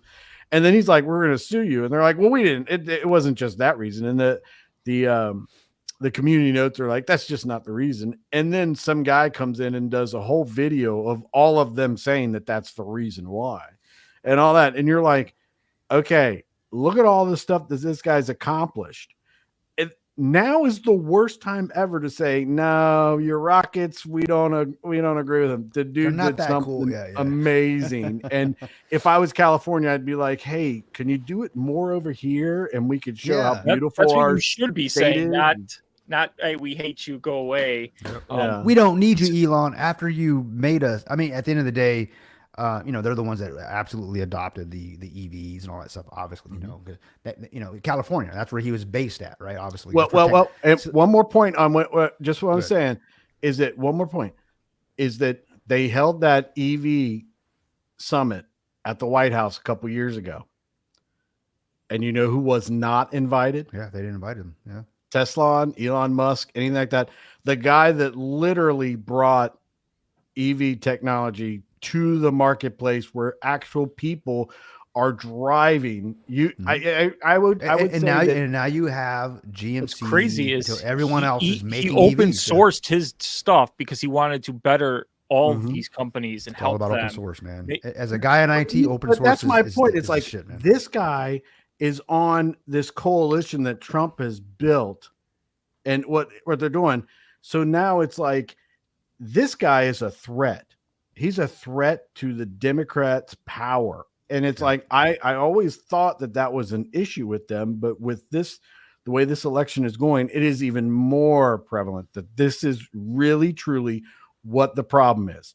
They do not want the lifestyle of what Elon Musk and even Trump, to the extent of, if Trump follows through on giving the people more power. And Elon Musk, I truly think, with the way that X is, because I thoroughly enjoy X nowadays. Before I used to be like, now I enjoy it because of the fact, like community notes and stuff. I'm one of the people that can write the community notes and can rate them and stuff. And I see all those things on there, and I enjoy the fact, like the community notes and things like that. A lot of them are just stupid. They're like, I don't believe this is true. And it's like, that's not a community note, that's your opinion. But what he's doing and what they're doing, And what RFK, we hardly even talk about him, dude. Can you imagine with him and Kylie and Casey Means, the things that they talk about with our health and what's in our food and things like that? I mean, we didn't even, everything else has been going on. But episode on its own, 2-hour what show they- on just food. what they were doing was it Kellogg's? Is there in front of Kellogg's yesterday? And they're like, they signed the signatures of how much junk they put in our cereals as opposed to, did you see the video of the lady that put up the one that came from like Fruit Loops that come from like Europe? The Yeah, they don't look color as and the good. difference and the color and the They're not difference, vibrant. what they put in the United States, all these things. And that is a threat to all their powers. Just Robert Kennedy alone, not even Elon Musk. That what Robert Kennedy is planning on doing and what he's going to be a part of. I don't think anybody out there in their right mind is going to say that Robert Kennedy going into something to make people, kids and people healthier in the United States is a bad thing. I don't see how you can see that. So I watched this video yesterday of this guy who went to Italy, and he said he was eating pizza, pasta, and he felt great, just like Lost eating a weight. good meal. And then he comes here back to the States, and he's eating the same thing, and he goes, "I'm lethargic." And they say there's like, you got 1,000 chemicals that are legal here that are illegal in Europe. And I was in Greece for 2 weeks eating their food. I felt more balanced. I felt great. And then I came back to the States, and it's like, "Wow." You know, you're just like, Yeah, what's it sucks, going on? Headaches, migraines. You know, you don't see these issues. I didn't have a single headache You don't know or what you don't anything in know. Greece. You don't know what you don't know because this is all the food we have available to us. Unless you're organically growing your own food, right? In your own that's dirt. or you making your own bread. We Yeah. we make our own bread. You know, My we mom buy started a doing lot that. of it. She's- before, but Yeah. making your own bread, man, it's a world of difference. Homemade bread is phenomenal. It really is. But And the you know flour what? even has the like flour. 5 ingredients. And if you Flour, maybe yeast, what is it? Yeah, but Flour, our yeast, and- flour if- has if- chemicals in it. too sandwich now. bread. Damn. If you're going to do like a sandwich bread, you're going to throw like in yeast. You're going to throw in some water, some warm water. You're going to throw in some flour, maybe some butter, and then probably some honey. like real little butter, bit not that margarine crap, right? Or that Well, you can make not your own that butter. watery I mean, yeah. it's easy to make your own butter, and you'd be shocked. I don't even know if you guys know this. You might, but you can make your own butter with heavy whipping cream. You just you put I it didn't even know that. in a mixer, put the heavy whipping cream in there, slowly do it with the whisk. It'll eventually start thickening up. Once it thickens up, guess what Yeah, you the make? milk. You've made Milk made away from it. so you make whipped cream with it, and you can finish right there, and you got whipped cream, and your family thinks that you're great. They're like, "Oh, you made your own whipped cream. My dad's awesome." You know, whatever. keep going after the whipped cream. And the whisk part, it's a big old ball of butter, and then what's Really? over underneath is buttermilk. So then what you do is you take that butter, you say whatever, take that buttermilk, put it in your bread, and you got butter bread with, you put some honey in there, and you got some sandwich bread, or some of those Sounds good. they make in Europe. There's like 4 ingredients, and you need it. You put the ingredients in there. It's like flour, water, salt, and something else, but egg. I think it's egg or something like that. I'm hungry right now. And you need I mean, it. I can make tortillas. make- I guess it's kind of the same way, but Yeah, from yeah. scratch, Tortillas from the same scratch. way. Yeah. Wow, I didn't even think about I could make some bread with that, or make bread in the same way. My mom started making bread, and she's telling me about it. So good. I'm So like, you I could have gotta made try me it. tortillas. Instead, you ditched me when I came by you. I see how it is. I'll make it up to you, bro. I'll make you some homemade tortillas, man. Can't believe I just said that. So here's the story. I came all the way by Kryptonian to visit him exactly, and he ditched me. I didn't ditch you, man. Our schedules couldn't line up, man. I'm sorry. I To apologize. be don't know. fair, Greek to and be I fair, met. luckily we had my dinner, we had cousin's there. steak. We had steak. Chris, you know how I feel about that. I think there's something on your finger there, right next to What your were eye. you saying? You were vindicating me there, Greek. What was that? I'm sorry. Yeah, I gave you like a day notice, so I really did. I honestly thought I had. How long? You didn't give me a day notice. I thought I literally had. I thought I had about a week or day two. notice for you because my work, it was an emergency job and I had to go. I was there, bro. Well, Greek and I have been planning this, but I literally in my calendar, in my mind, for whatever reason, I thought I saw it a couple of weeks, and then when he showed up, like, things happen, man. So, but we will be meeting up. I promise you that. Even if I got to come out there. I texted him and I'm like, "Yeah, I'm at this bar. Come by." And he's like, "Yeah." It's like, "Hey, honey, can I go to a bar?" It's like she would have let me. I told her you were in town. So that's why you stay single, man. That's because you just go to the bar. My wife wanted to come. I was like, "You can't come with me." I was at the bar till 2 a.m. Not that bar. I went to another bar because we watched the Texas game, and then we watched the UFC fights there. Okay. Oh, okay. Wait, do you watch the Houston Texans or the Texas Rangers? Texas Rangers, probably. The University of Texas. University of Texas. Oh, Longhorns. Okay. Yeah. I'm sorry if you watched the Texans. Houston Texans are doing pretty good, aren't they? That's CJ Stroud. Isn't he from Ohio State? Yeah. If they take us to Super Bowl, then I'd be like, yeah, they actually did pretty good this year. Until CJ they take us from Ohio State, so it just obviously means that you have a superior team now. Obviously. The Bengals suck this year. I never said the Bengals were from Ohio. They just happen to be down there. Listen, they're so close to the river, they could just be from Kentucky. Yeah, that's true. You can get rid of them. No, I like Joe Burrow. I'm not a big Bengals fan. I mean, Bengals fan, as it comes to Bengals, I ever tell you a story about when I was in the military and the Bengals were in the Super Bowl? I was in a day room. Some guys talking. Some guys talking about Bengals suck. He's a San Francisco fan. This was like in '88. And he's like, Bengals suck and everything. And there's a guy that plays on the Bengals, Stanford Jennings. And I told him, the guy he was talking about the Bengals. I said, watch, they're going to run the ball back for a touchdown right here. And he's like, what? They all start laughing. And my guys were like, yeah. And we bet $20 on it. And Stanford Jennings ran that ball back for a touchdown. I won $20 on it. And we all drank beer and we just got hammered, all that stuff. Fast forward about 10 years later, I'm in a restaurant and I meet Stanford Jennings and I told him the story and I gave him the $20. I told him, I was like, oh my God. But after the Bengals lost and everything like that, back then I was like, man, I'm no longer a Bengals fan. So I'm a Colts fan. Man, I'm just an Astros fan, man. I mean, football, the Texans have. You're an Astros fan? Absolutely. I'm from Houston, man. Yeah. I mean, and I always thought that we didn't talk about that, but that's about as bad as being like a Bernie Sanders fan to me. Yeah. Wow. That's terrible. Man, damn, you said Bernie Sanders. That's crazy. It sucks that Chris has to go. It was fun having him here. For about 5 minutes. We don't say the B word on this stage, bro. No, now listen, I was that's Biden and Bernie. Ron Gant, Deion Sanders, Reggie Sanders, all those guys. And I remember they're playing Houston in Cincinnati, and Bagwell who's the catcher back then? I forget when they won the Biggio. Was it Biggio? Yeah. Was it Biggio? Biggio. So the someone bees, says man, they called him the triple bees. Yeah.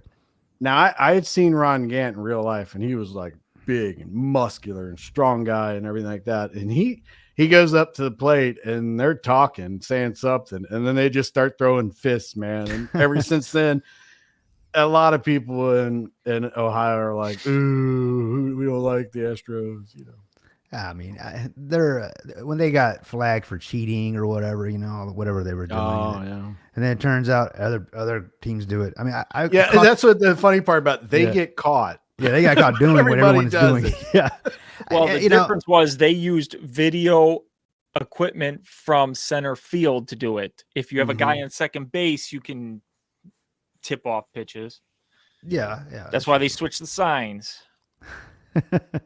I mean, they should have done it honestly, but I like the Astros. They cheat almost as bad as the Democrats, though.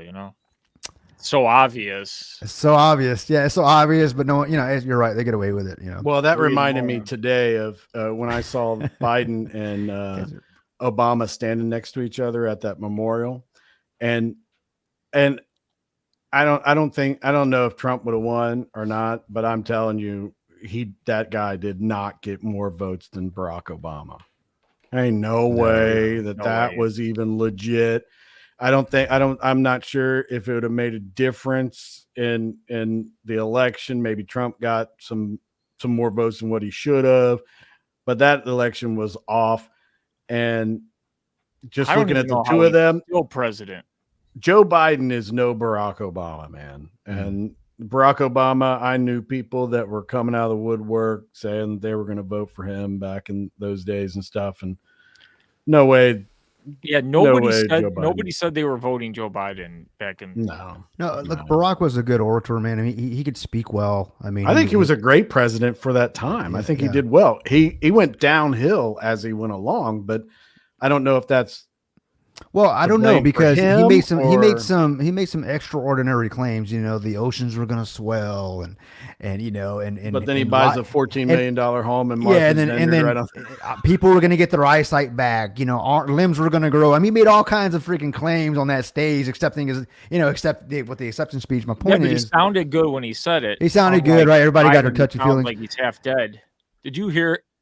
You gotta watch this clip. This is him today. I don't know why Kamala's got to get rid of him too. She's got to send him away. She beat Trump so badly in the debate, he's scared to death to beat her again. That's a fact. Tough guy, right? Tough guy. Her again. She beat him so bad, he's scared to beat her again. So wait. Did she beat him or did he beat her? He's so confused while he's talking. It's she's just got to say, Biden, please, just go away, please. And I can't believe he's still president. That clip I saw that today and I'm just like, what the hell? Nah, man. Yeah, they need to stop talking. The Kamala interview was hilarious today with Brett, man. I mean, she looked like a deer in headlights when he actually asked her real questions. You know, she should have expected these questions. That's what pisses me off the most. It's like she's been getting these softball questions this whole time, and she expected that. And she's like, when he asked her about the border, she was like this. What about people who say you're only interested in the Middle East for oil? What? Huh? Oil? Who said something about oil, bitch? You cooking?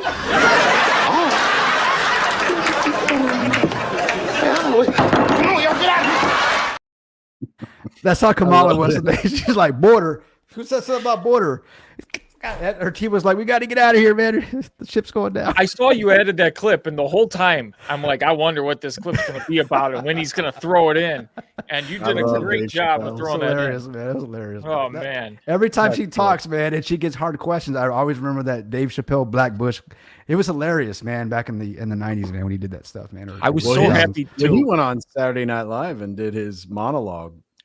Did he? That was powerful. Oh, yeah, that's right. That's right. When he was talking about when Trump went up there and he says, I know the system's rigged, and Hillary Clinton and Barack Obama are like, no. And he's like, wait a minute. What he said. Oh, man.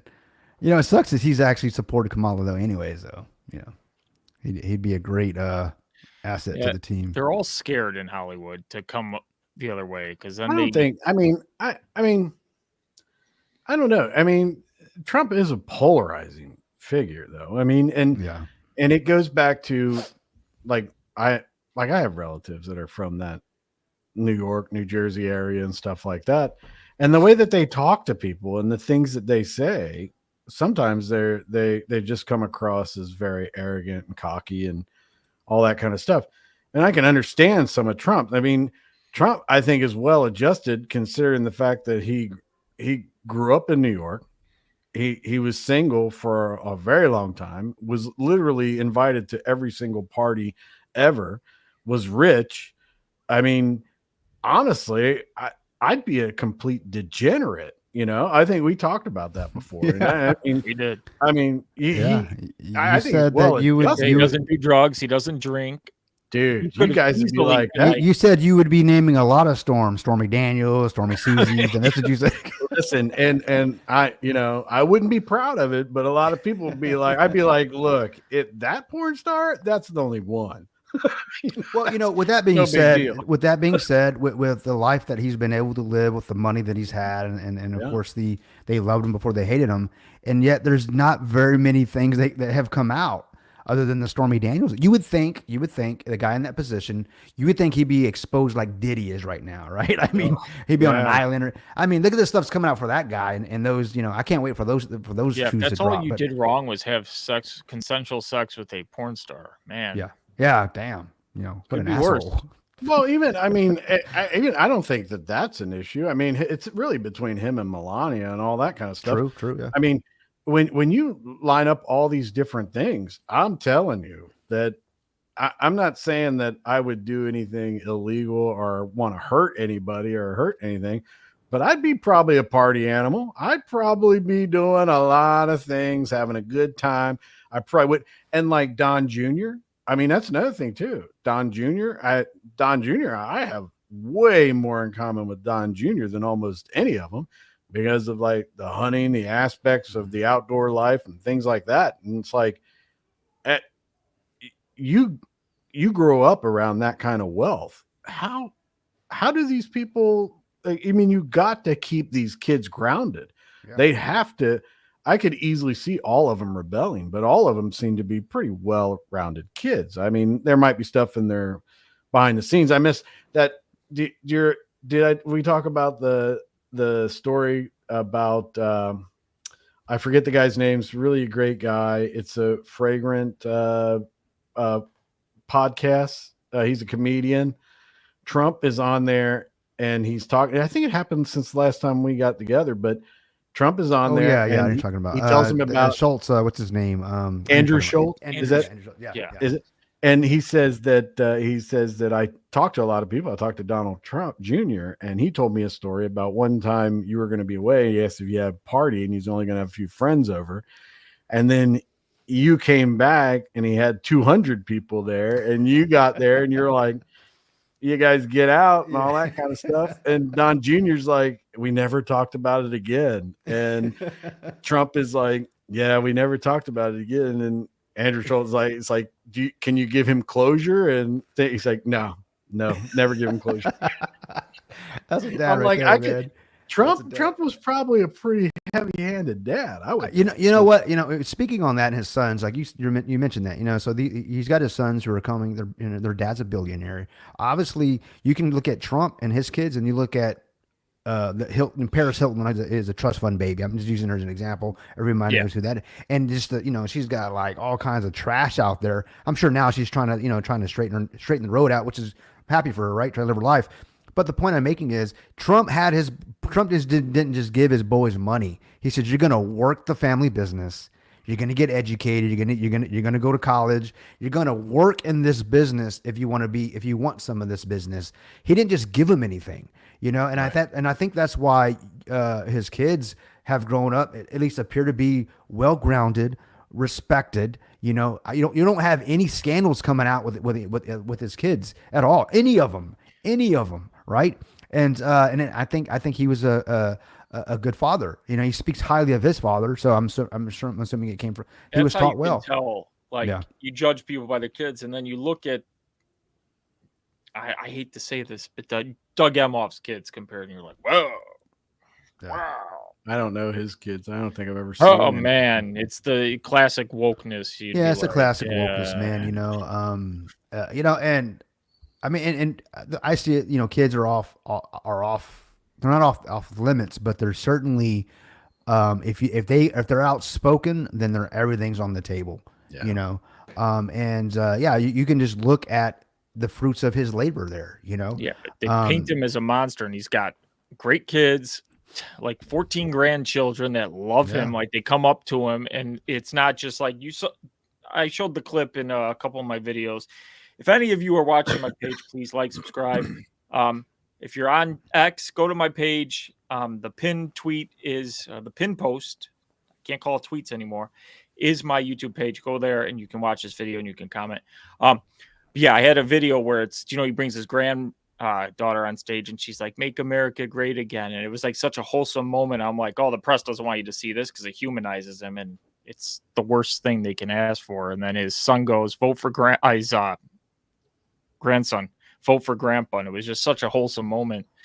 Yeah, and it's crazy. And that was only like a month after he got shot, and he's bringing them on stage, so you could no fear in that guy either. It's crazy. Yeah, and that goes back to the point is I know how difficult it is to raise children, and you hope for the best of your children. You try to give them, instill discipline and make them, good people. Good no matter what their politics are and everything like that.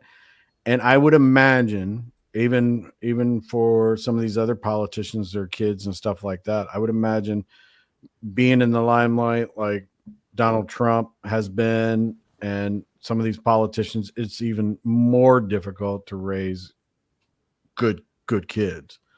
Yeah. I mean, you got, and having all that money around them and the access to public and all that kind of stuff. I would think that their job is very, very difficult. And especially like the Obama daughters, and your father's like the sitting president, all that stuff when they were living in the White House and stuff. And did you know, and I ran across this the other day, I never heard about this. Do you know that somebody shot like 9 shots at the White House, and like 2 of them like went through glass into the wall, and they didn't figure it out that it had happened for like 5 days later? When was this? When did this happen? When Obama was in office. Crazy 5 days. Yeah. So listen to this. So the Secret Service, they were doing a whole thing on Secret Service and the mess ups that they've made over the years. And Secret Service agents thought that they heard gunfire, and they were running to like where they heard it from. And it was a guy that was across the street on the outside of the fence that had a gun. They even actually have a video of the guy doing it and shooting at the White House. And like they had bullet holes in the windows and stuff, but they called the Secret Service back and said, oh, it's just a backfire from a car or something like that or whatever. And they blew it off as nothing. The guy drives away and has an accident, and they have guns and all that kind of stuff. He gets arrested, and then he doesn't say anything about it. They don't bring it up. But then in the course of their investigation, they figure out that he just was running from after shooting at the White House. I mean, it's a real story and everything. I was like, wait, I never heard that, and although I didn't vote for the guy, I don't want anything to happen to him. I mean, he's a president of the United States, No. But violence is not the answer, obviously. The reason why I was bringing it up is that one of his daughters was in the White House, but the rest of the family were at different locations. Yeah, see, but she was never in danger. But I mean, it was like way on the other side where she was I think that just speaks to the incompetence of even in for Barack Obama, the first hybrid president, as I call him. He wasn't black; he's half black, right? But the first biracial president. Obviously there's going to be some fanatics out there, right? Crazies that would do something like that. So you would think that the Secret Service would have all hands on deck, but it just shows from then till now how complacent they've become. And it really, with the assassination attempts of Trump what's it, 3 now? They look, I don't know if the third one was a hoax or what, but where a guy showed up at his rally with a gun recently, the last rally he had a few days ago. And it was a local police department that actually caught the guy. It wasn't even the Secret Service. But I would just think that president, vice, whether it's the vice president, the ex-president, or sitting president, I think they should have for the rest of their lives, Secret Service, like the same one that Biden would be getting, Trump should get, Kamala should get, Bush should get, and because they actually make life-changing decisions for all Americans, right? So they need that protection, because I think if they had that. Good. I was actually shocked when I found out. I thought that ex-presidents already had that. Yeah, because they're going, like, imagine you make a decision as a president and now you're out of office and they have lack of protection, but some of those decisions you made still affect human beings that are living, and they might be angry. Like people who are pissed off at Obamacare can be like, I hate that guy. He needs protection. Yeah. I don't want anything bad to happen to any former president. And I was shocked that like Trump had to beg for protection, like the Secret Service. And I'm like, this shouldn't be the case. He's a former president. I thought they already had the biggest Secret Service you can have, and his whole family should have it too. Yeah. And I was shocked. I agree. It being the most, I think one of the most dangerous job on earth, I think, is being a president. Yeah. 6%. get assassinated. I think out of our presidents, that's Yeah, like that's the highest, craziest percentage. They should have the full force of the Secret Service for whatever that even means. Honestly, based on the complacency, the incompetence that they now show. But not all of them, but obviously, I don't blame the actual the actual officers or the Secret Service agents or officers or whatever. I don't blame them. I blame it's all about it. Always the buck always stops with management. Who's the team lead? Who's the boss? Who's making the decisions? They're just trying to make themselves up, trying to work up the ranks. So they're going to go where they're told, right? And they're going in whatever resources are available to them. They're going to take on whatever training that's given to them. It's how it is. That's why you need good leadership. That's right. It's all about leadership. This is the difference, and this is why I say Trump is a better leader. Is if something like this happened under Trump's watch, that person who's ahead of the Secret Service would have been fired instantly. Yeah. You don't wait for stuff. You fire them because this is a no-fail job. Biden didn't fire. She had to go. She just got obliterated in the when they did the Senate hearing, whatever, the Congress hearing. She resigned. Right? She resigned the next day because they're all benefits. Like, "You better resign." Benefits. Yeah. Yeah. You better resign. I'm surprised. She should have been fired. She shouldn't even have to make the decision. The decision should not have been hers. When something goes wrong in that position, it should be lead through strength. Let people know there's accountability for action. But these DEI practices where now you got, we want 30% of the force to be women. Well, here's the problem. You got a 6'3" man and you have people who are blocking him. No offense to women, but you're not 6'3". I'm not 6'3". I shouldn't be a shielder for the president if Trump's president. That's why you have people taller than him. There's certain limitations to the job. And we're putting people in positions to fail, and that's not right. People have strengths and weaknesses. Maybe you can find spots to put that person, and I was just appalled. And you see constant, whenever you have DEI practices throughout places, it just leads to failure. It leads to mismanagement. It leads to all kinds of crap. We need to hire the best people for the jobs. And I'm sick and tired of this crap. And we need to get women out of men out of women's sports, not women out of men's sports. That should be so common sense, but it's just like it's not. And did you ever watch the What Is a Woman, the Walsh documentary?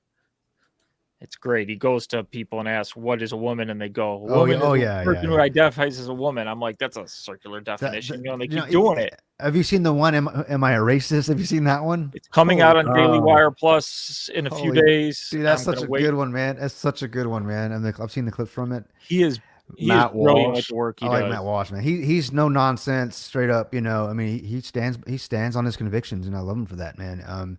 What's great about him too is he can have an actual talk with you if you don't believe the same as him. That's the difference. Yeah, there. he'll hear. That's right. And he doesn't say anything.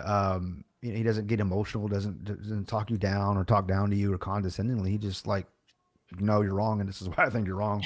It's just he's so polite about it. You know what I mean? I think it's the way he speaks, right? The way he actually has a conversation with you. Which is a complete opposite of some others out there, right? Did you see him at the DNC when he was in costume behind all that? I was loving that. It's wearing the same costume that he used when he was like, "Am I a racist?" I think he had the long hair or something. But yeah, but what's crazy about that, being even at the DNC, you had to show your ID, right? You had to prove you were who you were, but the Dems don't want you to have to show your ID to vote, which blows my mind, 100%, man. I mean, 100% blows my mind. There's only one reason you don't want election integrity. There's only one reason, and they seem to be the only ones like fighting against it. And when the bill came up, nobody voted for it. That's right. Well, that's what the same bill on the protect women and girls in sports. It should be 100% obvious, but they don't do it. But then, if something bad happens to one of their children, they'll be the first to complain about it. But they're also voting these people in or voting these policies. So I always tell people, you gotta. Once you go woke, things go broke, and it's you don't want to. 100%. Oh, no. Chris, do you want me to play this video, or is this for No, later? no, it's a long one. That's one for later. They go down through the history they do a history of like all kinds of assassination attempts and different stories here and there. Some of them I had never even heard of. It was very interesting. I think they talk about Trump's assassination attempt a little bit, and then a few other ones where it's like, wow, I didn't even know that one. But and they only say you try to assassinate consequential presidents, and Trump is somebody who's trying to upend the system, and that's why. And this rhetoric needs to stop. Even today, she's continuing. This is what she basically said today. Outside of. Do you think Donald Trump needs to take a cognitive test? Well, I'm going to say what I've said publicly and will say many times based on my observations, and I think the observations of many.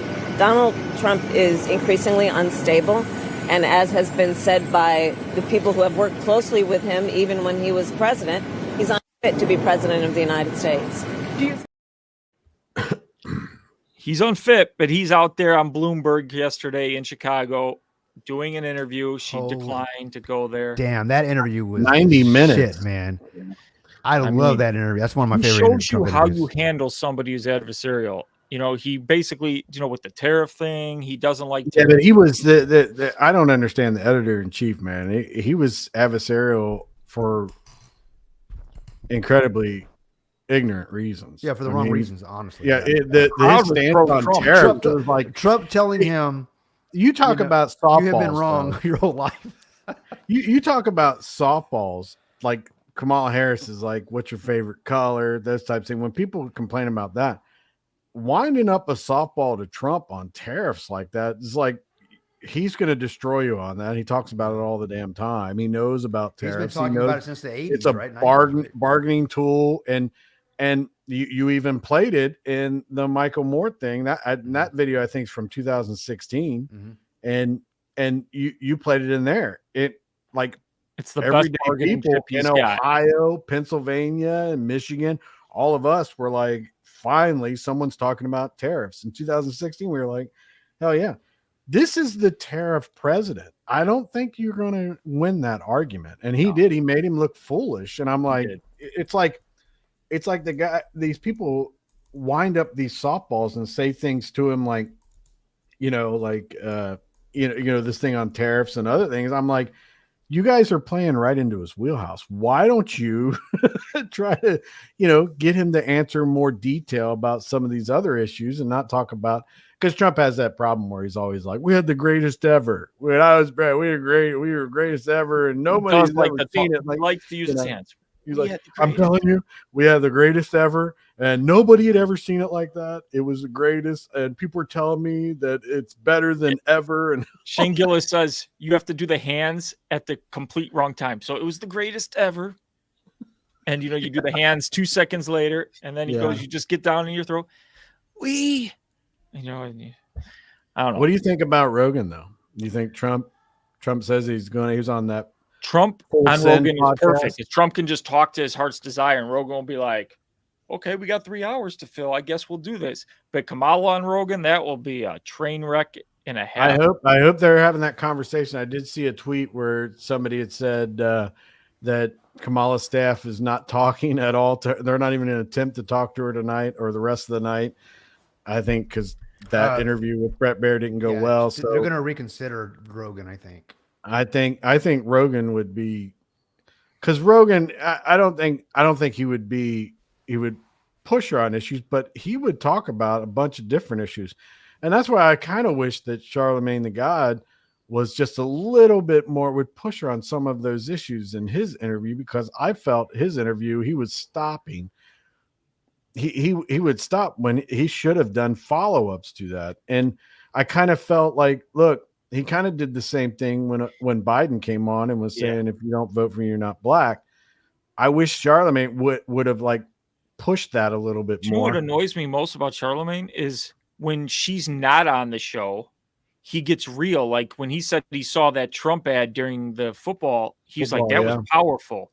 But then when he's got her in front of him and he can really like he didn't ask even her bring it things, up. he seems to play like the party line, like, oh, I gotta be like her hero here. Well, And, I think he leans. He is left, but at the same time, I think he doesn't want to do anything that would trip her up or anything like that. So, I mean, I think he does go a little soft on her, but at the same time, I don't think Rogan would be that way, and I don't think that Rogan would go after her because Rogan does a really good job with even people that he doesn't necessarily agree with. Rogan would make her talk and let her answers breathe, and that's what journalism has to be. Actually, is hey, and Rogan's going to sit there and be like, "I didn't say it. You're the one that said it." You know what I mean? And that's where it's dangerous on Rogan because he would let her breathe and it would all air. So you would have that word salad answer where you're like, what is she talking about? This was a 5-second answer and she gave a 30-second response. And then it's kind of like the Billy Madison line where we are all dumber for having listened to that response. Yeah. And you're like, At no point. And you get content. And that rambling. I love that. She rambled on CNN or we're all ABC. stupider for 60 Everybody minutes. in this room is now dumber after listening. All her ramblings, and that was the most coherent responses they showed on 60 Minutes. So you could imagine they cut out all the ramblings, and she still sounds like incoherent. So it's like that's crazy, and they need to listen. I have the key to the Harris campaign, and they need to listen. If to they listen to you, they'd be in a lot better shape. I could tell you that. Stop talking. I don't care. Well, they tried that. They're trying to do what they did with Biden, put him in the basement. No, every time either one of them talk, they say that, like I said, you got people out there that are going to be like, yeah, it's all Trump's fault. And those people are already voting for them. Yeah. So those people, when they're like, they blame everything on Trump, everybody that's voting for him is like, yeah. Donald Trump goes in and talks to everybody. And you can get tired of hearing him talk and everything like that, but he's talking about issues. Okay. Yeah. I might not agree with him. I don't know. But it's like, whenever she says it, it's like, it ends with, it's Trump's fault. And it's like, okay, just stop talking, do everything scripted, go back to, you're doing like, don't do interviews, don't do anything, and make everything off a teleprompter and don't deviate from it whatsoever. Smile and wave, kiss baby. I agree with your statements on this.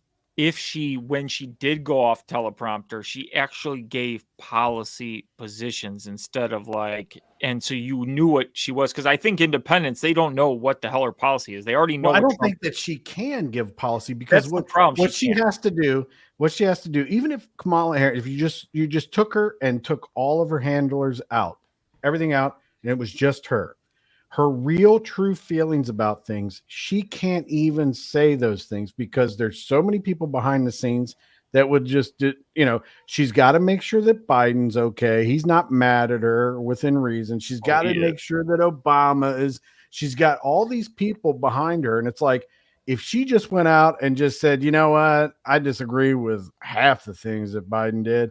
I didn't like him then.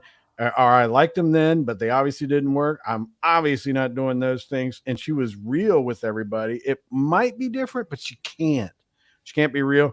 So every time that she and Walz talk, it always ends up being it's Trump's fault. And it's like, okay, everything's Trump's fault. I get that. But independents are like, I don't care. I want to know what your plan is for the future.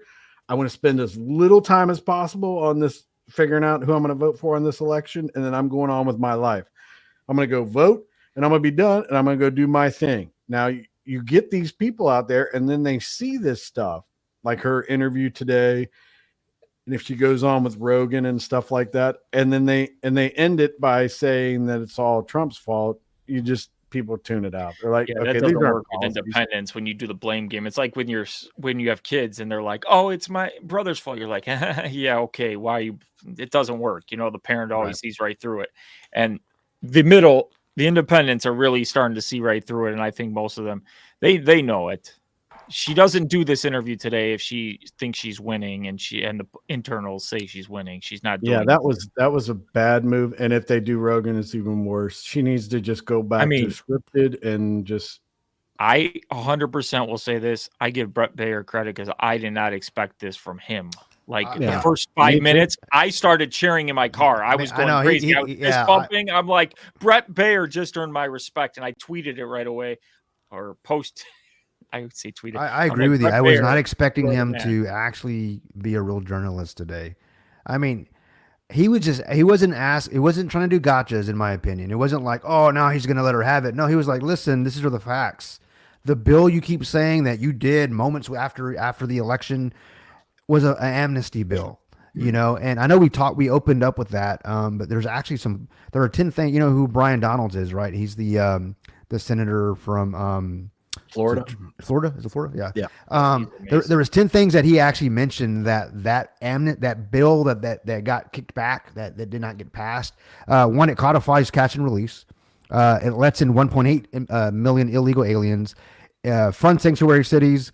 It funds NGOs moving illegals, lawyers to illegals, work permits to illegals, nothing to deposit. Nothing to deport illegals, no immediate wall funds, weak asylum screening, and $10 billion to Ukraine. That's what that bill was for. That she says that conservatives and Democrats came together to propose a bill that Trump kicked back. That's the one that she's talking about. You know what she says too? When she says they came together, there was one Republican who helped sit in and write it, and that's the agreements they came to make it unifying. No way this was going to get passed. There was no way, especially when 6 Dems voted against it. There was no way this was going to pass. Yeah, Republicans are not going to. Sinema, she from Arizona, she voted against it.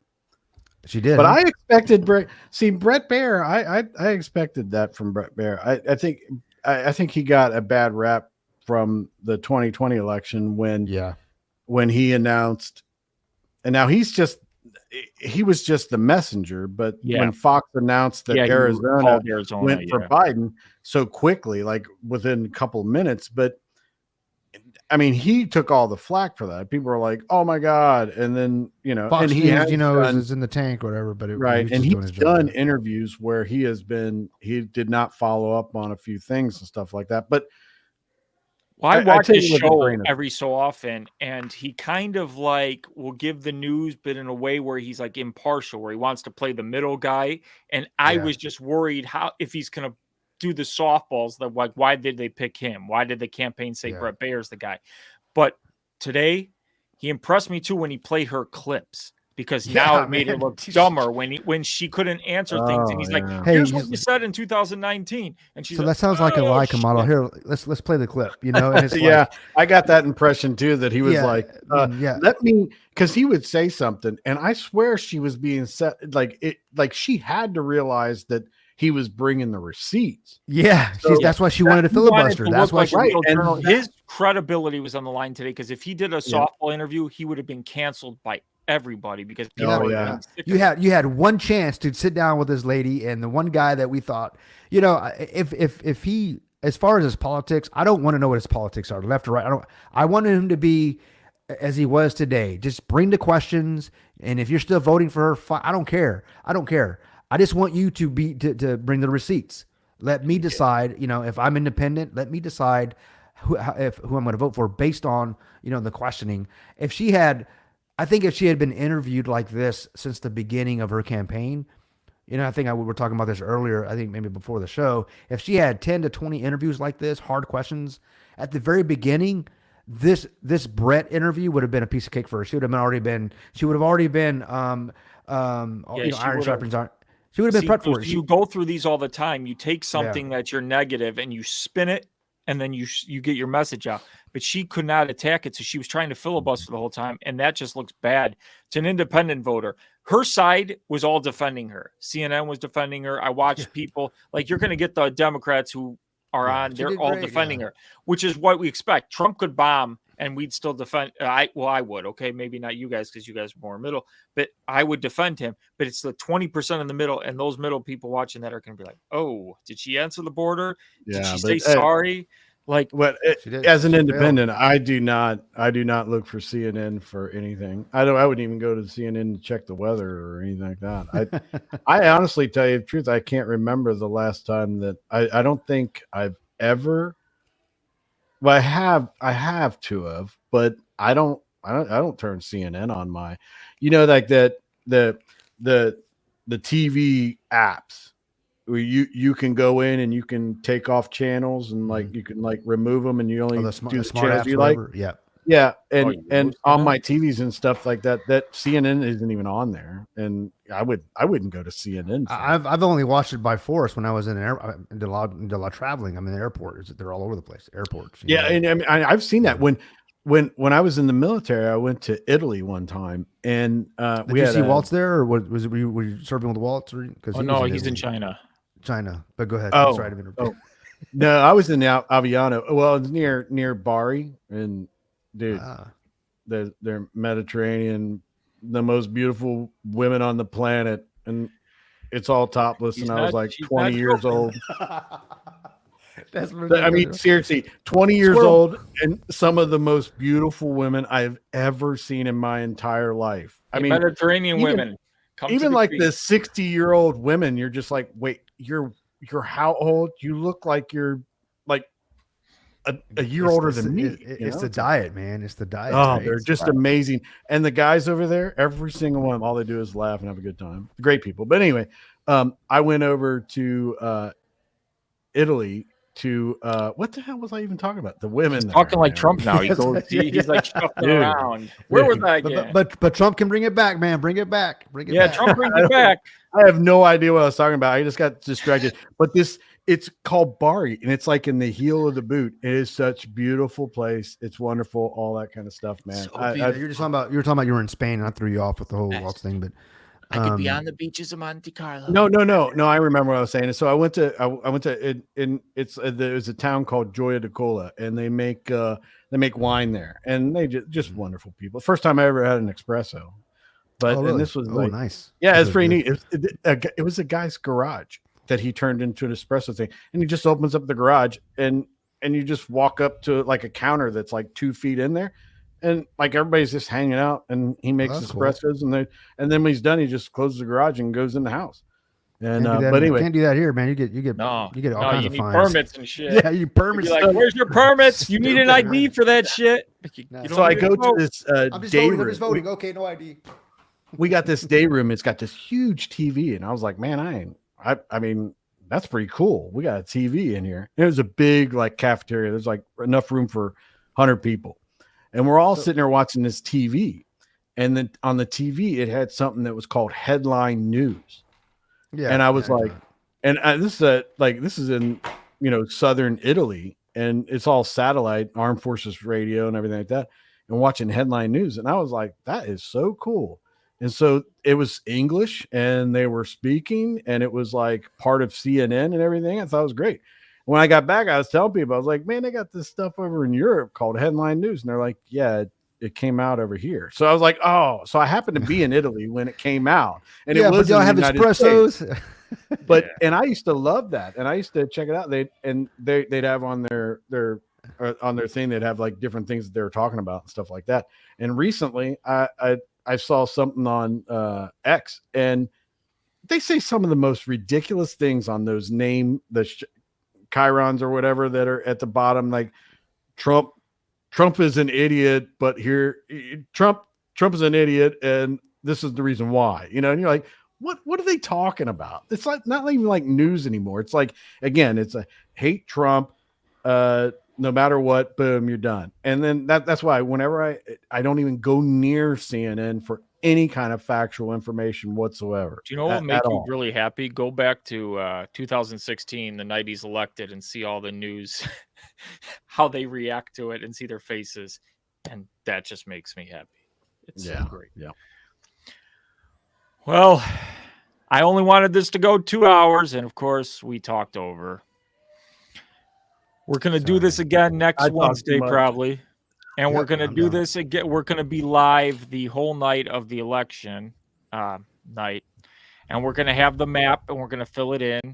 And we're going to boo every time Kamala wins a state, which which is hopefully not a lot. And we're going to cheer every time Trump wins a state, and probably take a shot every time Trump wins a state. And I won't be coherent after an hour in, because he'll win like 4 or 5 states really quick. Well, when they do the southern states, and like the very beginning, there's going to be like each one of them are going to have like Alabama, Mississippi, Arkansas, Indiana, and then you're like South Carolina. You're like, oh shit, I'm drunk already. You'll be like, and Greek will be like, well, that was the shortest live we ever did. Yeah, It's like 10 minutes. Like, it's only 7:30. What the hell happened? You're like, bro. And Crypto will be like, later. It's like, it's flat. Yeah, it's flat.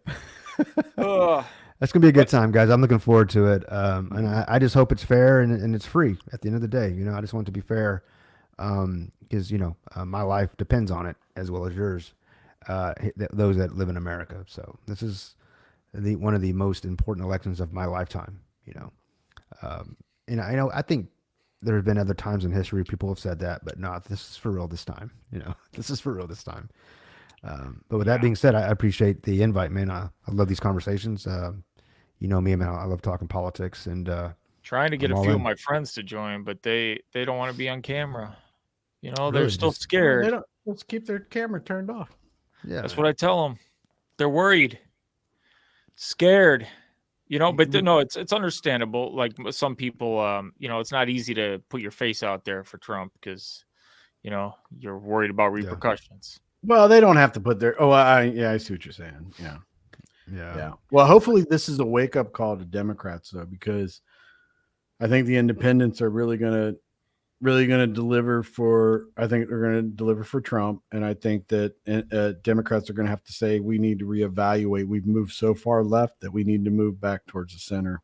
I really see that happening, and the Black and Hispanic vote is moving more Republican, and now more people identify as Republican than ever before in a lot of polls. A lot of counties in Pennsylvania flipped.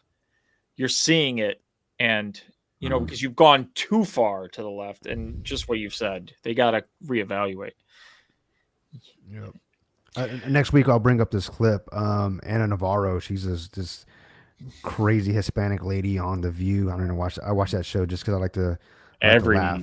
Everyone on The View is crazy. But she claims to be a Republican, and she's sitting next to a Hispanic guy and another Latino guy like myself, and he's literally telling her that why Hispanics are voting Trump or voting Republican because of inflation and all these things. And she's like, no, I can't believe they would even think. And she's literally, calling us idiots, and I'm just like, this woman has no idea. And she just gets, there are a lot of dumbass women in the world, that I've unfortunately had to have arguments with because, of my politics.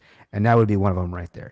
She just sees it as like, why would anybody vote for that guy, even though their lives are better? And these guys are like, I don't care what the heck he says. I'm struggling on a daily basis going to work.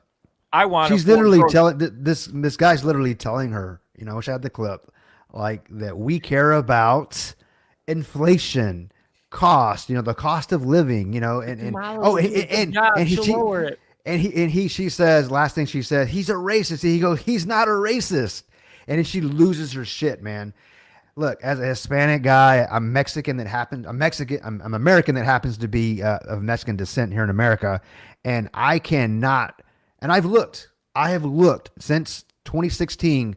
I have looked for one racist thing that Trump has said, and I can't find it, or said or done. I can't find it. The guy's not a racist. I'm confused where they even get that from. Like it's just like some talking point they did in the past. It is, and it doesn't. That's what they've always been able to pull that card, and it's not working. It doesn't work on this guy. So if he's not a racist, then what else do they have? And this is why Black men and Hispanic men are moving away from the Democrats because the game's up, the jig is up. We see it. No longer are you going to take my vote for granted any longer. And I'm not this Hispanic. Oh, I want the government to take care of me. No. I want them to get the hell out of the way. Let me keep my money as much as I can. Don't waste my money that you take from taxes. I don't want an opportunity economy. I just want the opportunity to create my own economy within my own ecosystem, my family, my friends, and my community at the end of the day. In other words, get the hell out of the way, government. You're in the way. And this is why we're all going towards Trump, because he's going to get out of the way. That's what he wants to do. But that's my soapbox. And on that note, we will end it, and we will see you all next week. I'll be live Friday with my normal video solo, so please watch, please like, subscribe, hit that notification bell. If you are on X, please go to my page and follow me, and please subscribe to my channel. I love each and every one of you. Look, you all know it. We can't have 4 more years of this. We won't have 4 more years of it. We won't.